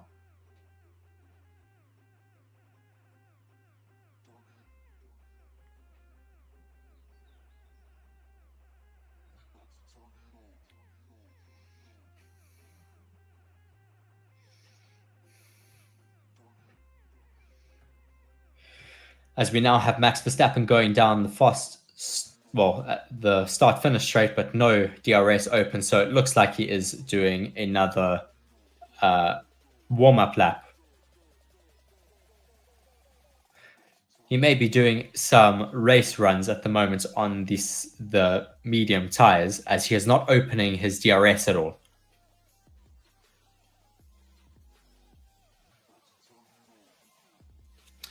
So he has put a yellow first sector in. Obviously, that would be expected with doing a race run, as you're not using the DRS at all.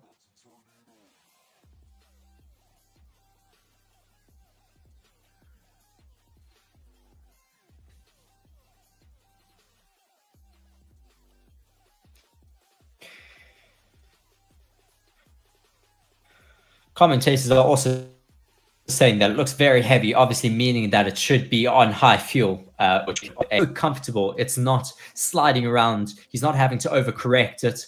It's just working exactly how he would want it to go. Looking very neat and composed throughout all the corners, staying within the track limits, which is obviously exactly what you want to see from your car. Adrian Newey obviously being at the top of his game, one of the best car designers in the world.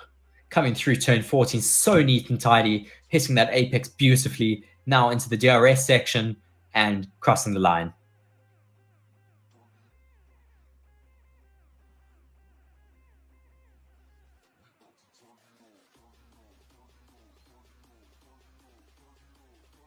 Just watching his hand inputs through that first corner, it just looks so effortless. He's not having to double correct it. He's not having to second guess where he's turning in. It's just looking like the car is absolutely listening to what he says. And hopefully for Red Bull, that is exactly what they want for this car. Of course they would. But we will see if that means that they will be at the top of the championship yet again.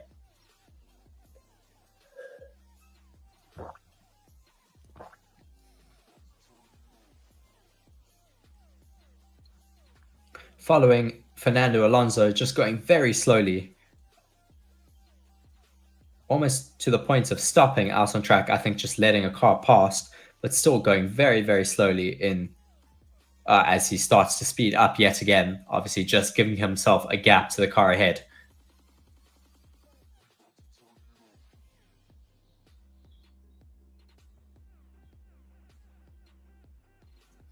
just speeding up and braking quite a lot, putting that heat into his brakes and tires just to prepare himself for another flying lap as he's on a set of mediums yet again. Let's see if he is able to put in another fast lap, or if he is also, like Max Verstappen, going to be doing some race runs with heavy fuel.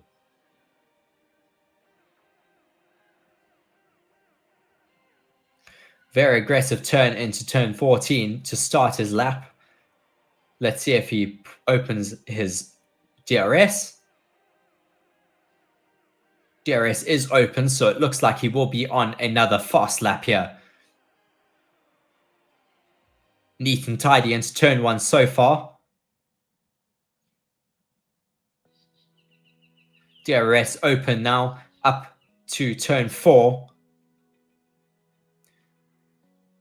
Very neat still into turn 4 here.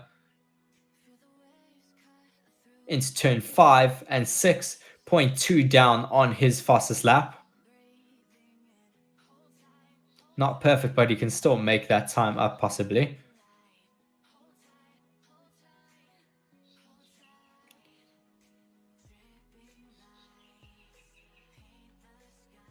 Very neat down into turn 10. Now on the straight, coming up to turn 11. DRS yet again wide open. Looking neat and tidy into turn 11 though.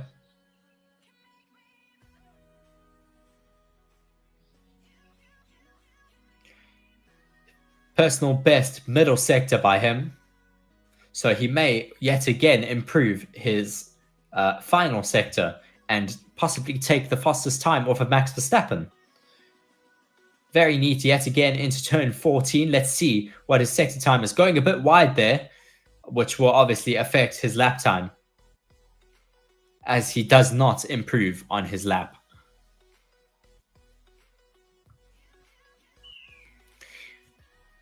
He's lost quite a lot of time, obviously going wide there. But he may have lost about 2.5 tenths just by going wide in the exit of turn 14.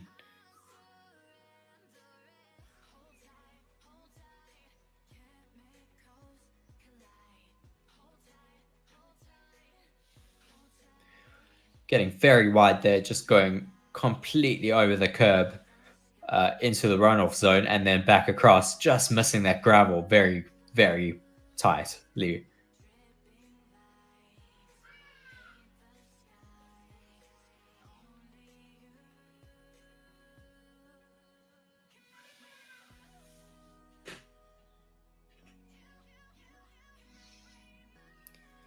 Just showing some slow-mos now of him turning into that corner where he went wide. We see Valtteri Bottas now out on track. Also looks like he had some new tires on.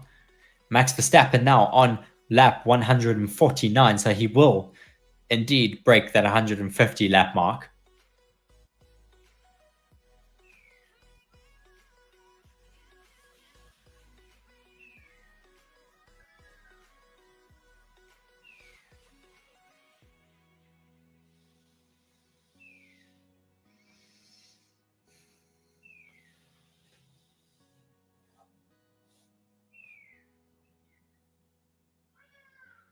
Still no big technical failures here today. We haven't seen any cars with engine issues, with cooling issues. We haven't seen any crashes or part failures yet, which has been great. It's been good to see some nice clean running from a lot of the teams. Obviously, we've had a few small issues with the likes of McLaren with their wheel brows that just needed to have some reinforcing due to some machining issues that they are having, as well as the Alpines, who are having a bit of an issue with their wing mirror stays, which just hold the wing mirror down and stop them from flapping around. They also needed to be a bit reinforced. Other than that, and the Aston Martin ERS issue, we didn't see any other big issues today. Only one red flag early on in the first session.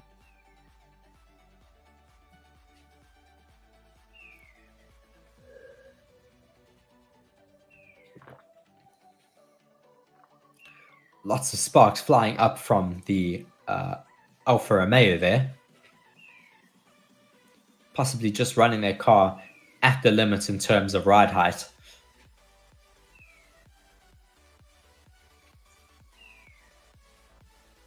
Looks like there's some smoke coming off of the back of the Alfa Romeo there.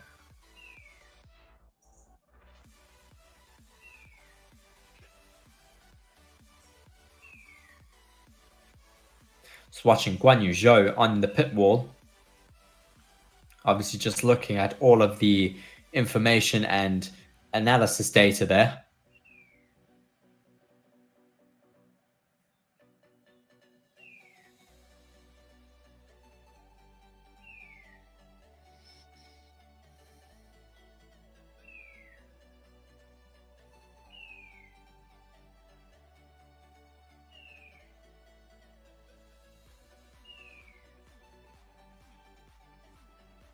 We see Esteban Ocon now coming back into the pits, obviously pretty much done with his program for the day. With 19 minutes now left of this testing session in Bahrain.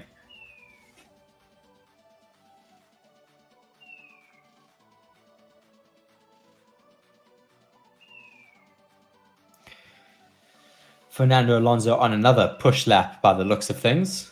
Clean into turn 4 now. Let's have a look and see if he's able to improve on his first sector. Currently not. He is at a 34.4. Just having to lift through turns 6 and 7 a little bit. Just watching him go back into turn 1. Just, losing it there and locking up his brakes. Obviously a replay of a different lap.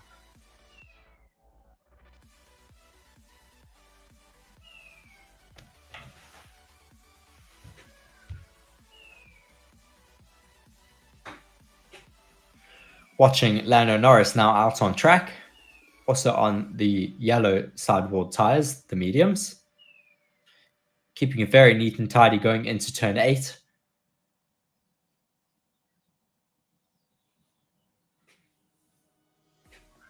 Now onto turn 9 and 10, the double left-hander. Looking very neat and tidy, no lockups from him. Now going in the DRS zone up until turn 11. Max Verstappen now on lap 152.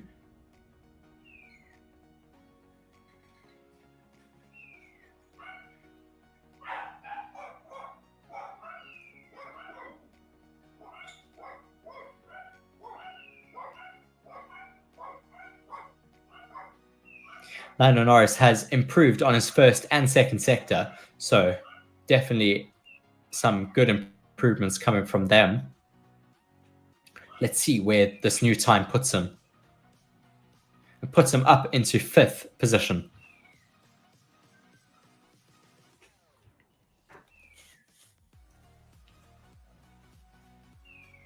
Still not yet on the pace of Aston Martin and Ferrari, but certainly closer to where McLaren wants to be right now. Looks like Max Verstappen may be on another push lap. 30.3 for his first sector, not a personal best.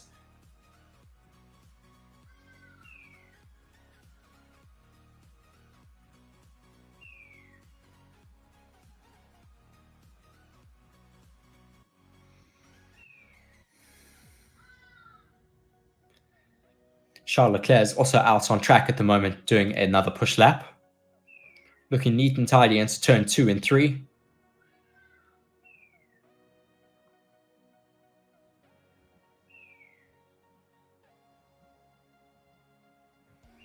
Coming into turn 4, no lockups, looking neat, still within the track limits. Turn 5 and 6.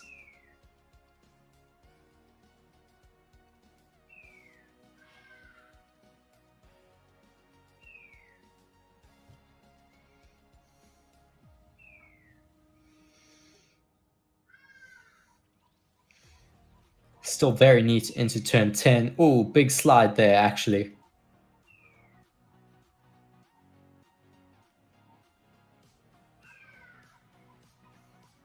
Still pushing though into turn 11.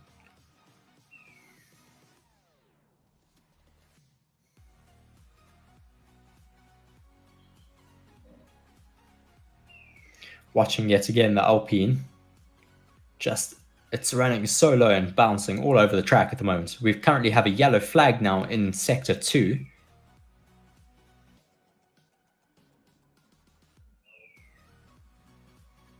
But apparently it may just be flag testing.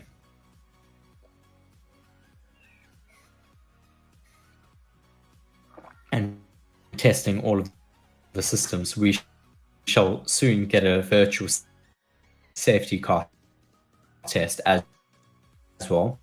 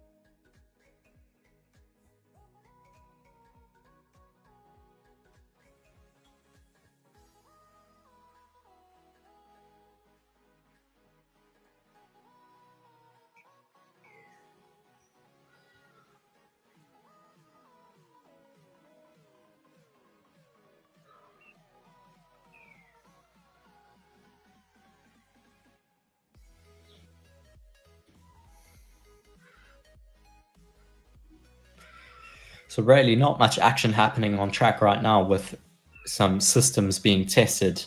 Virtual safety car is currently being tested. So everyone is restricted to a certain delta time that they have to follow. So they're all reduced speed on track.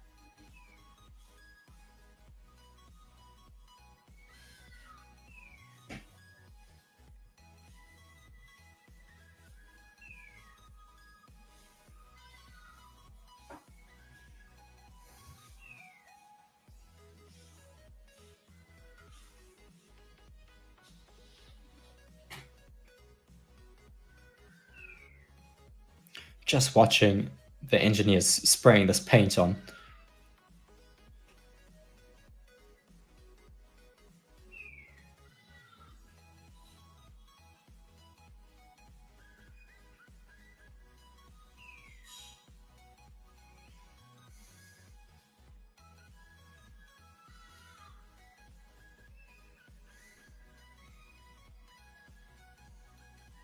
Obviously, they just check where, when they use this flow-vis paint, it makes like streaks where the air flows. So you can see if there's any vortices in certain areas, if there's streaks where you don't necessarily want air to be flowing. It just really helps you correlate your real-life data to your CFD data.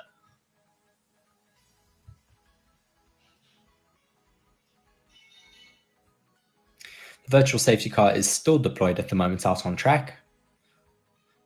There are quite a few cars as well out on track at the moment. We currently have Max Verstappen, Fernando Alonso, Lewis Hamilton, Logan Sargent, Nick de Vries, Esteban Ocon, and Kevin Magnussen out on track.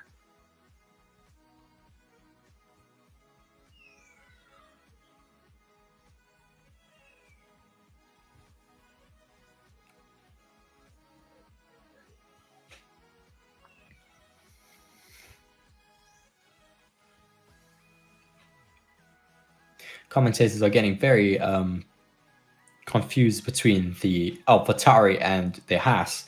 I'm not necessarily getting as confused as they are, but obviously the Haas also has a red rear wing, and the AlphaTauri for this year also has a red rear wing.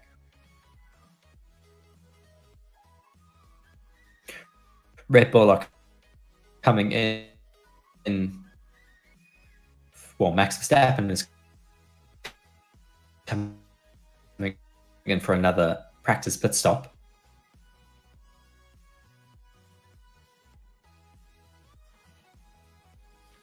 Perfect in there.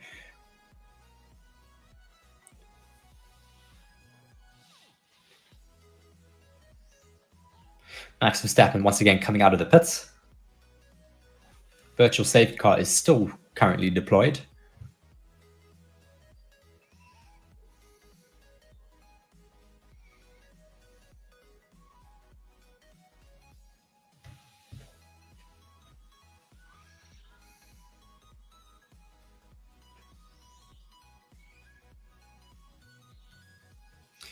still watching the cars that are out on track, just trundling around, waiting for the virtual safety car to be taken away, as we now have 9 minutes left of this session.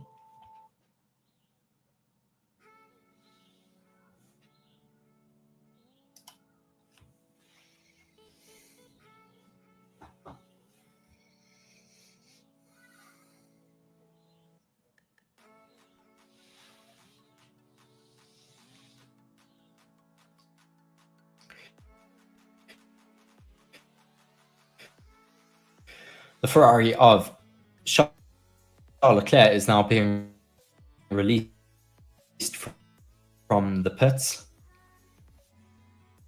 Right, tires not going for another. Max Verstappen currently on lap 155.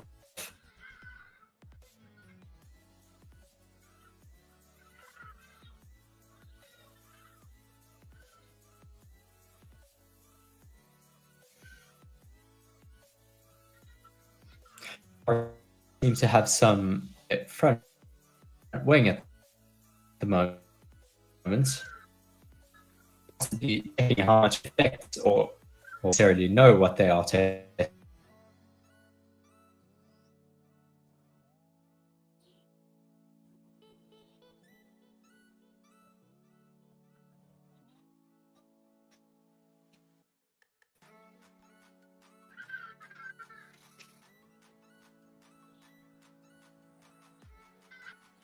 showing another replay of Max Verstappen coming in for a pit lane.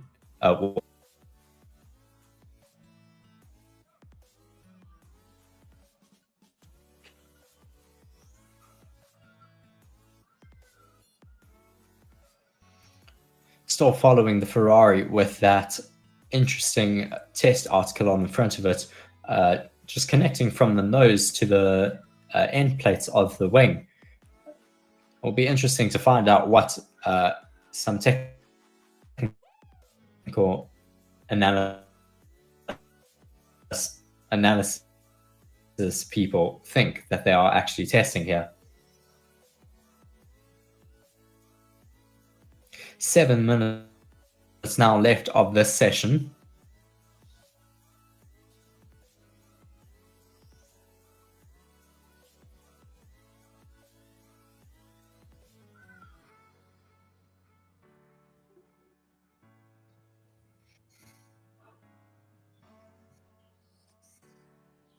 Going through turn 1 and 2, just a bit wide into turn 1, looking quite. Going into turn 5 and 6. Now turn 7. And into the braking zone into turn 8.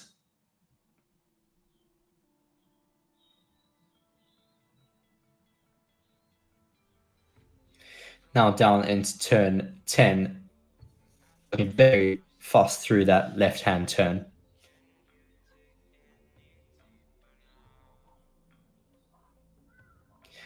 Into turn 11 now, still looking very comfortable, staying well within the track limits.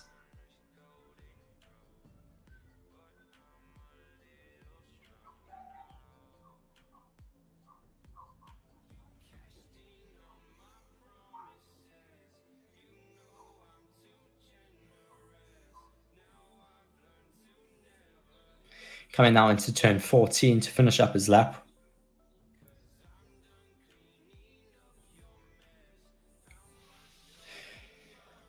Lots of talk about what these front wing struts are for, what they may be testing.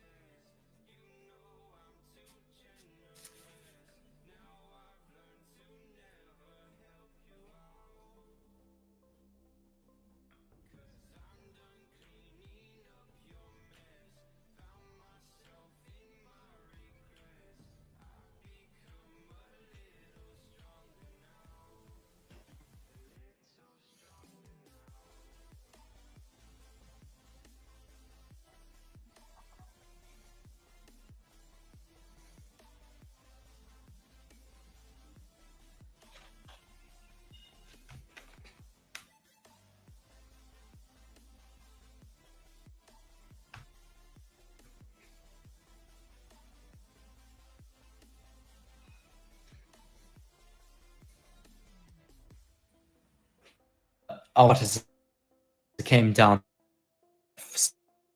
start, finish track straight.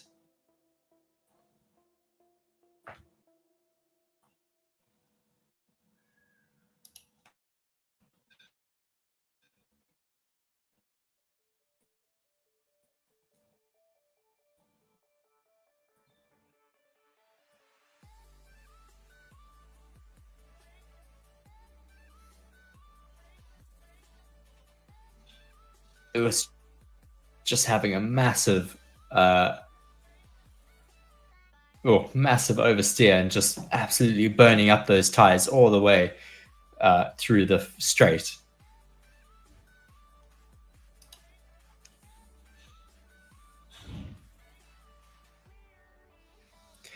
"10 minutes left of the session here today. Oh, sorry, less than 10 minutes left of the session here now.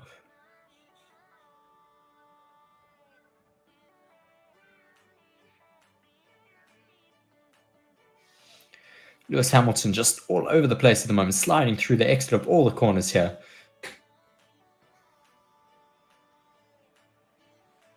It's really not showing any rear grip.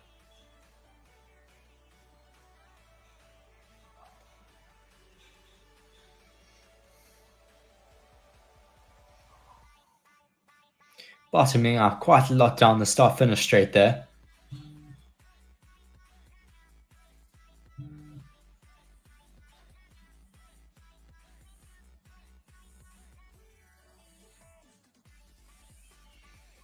Just another replay of him bottoming out down the start-finish straight there. Just looking like it's eating up its floor there. Not looking very comfortable at all.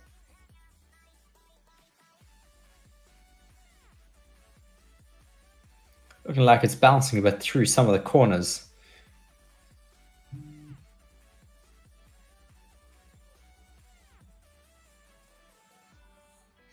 Well, very interesting first day of testing here.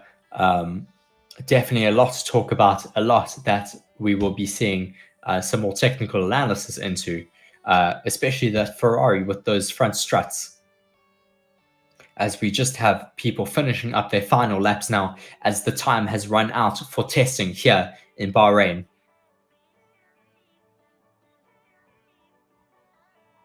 Checkered flag is coming out now in 25 seconds. Alpha Tauri once again bouncing down the start-finish straight.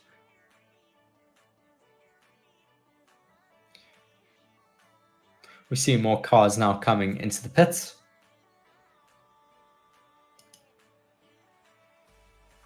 Obviously a very good day of testing here in Bahrain. Not many major technical failures, only some minor failures here today of hardware pieces such as the wheel brows and the mirror struts.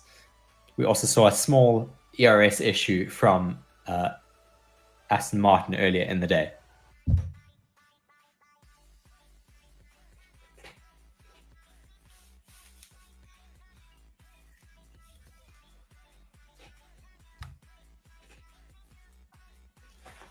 Just have the last few people now out on track, but I think we will be signing off here today. Thank you very much for joining us. I have been Rhys Stedman, and you have been watching Forever Motorsports. Please do tune in again tomorrow for our coverage of day 2 of testing here in Bahrain.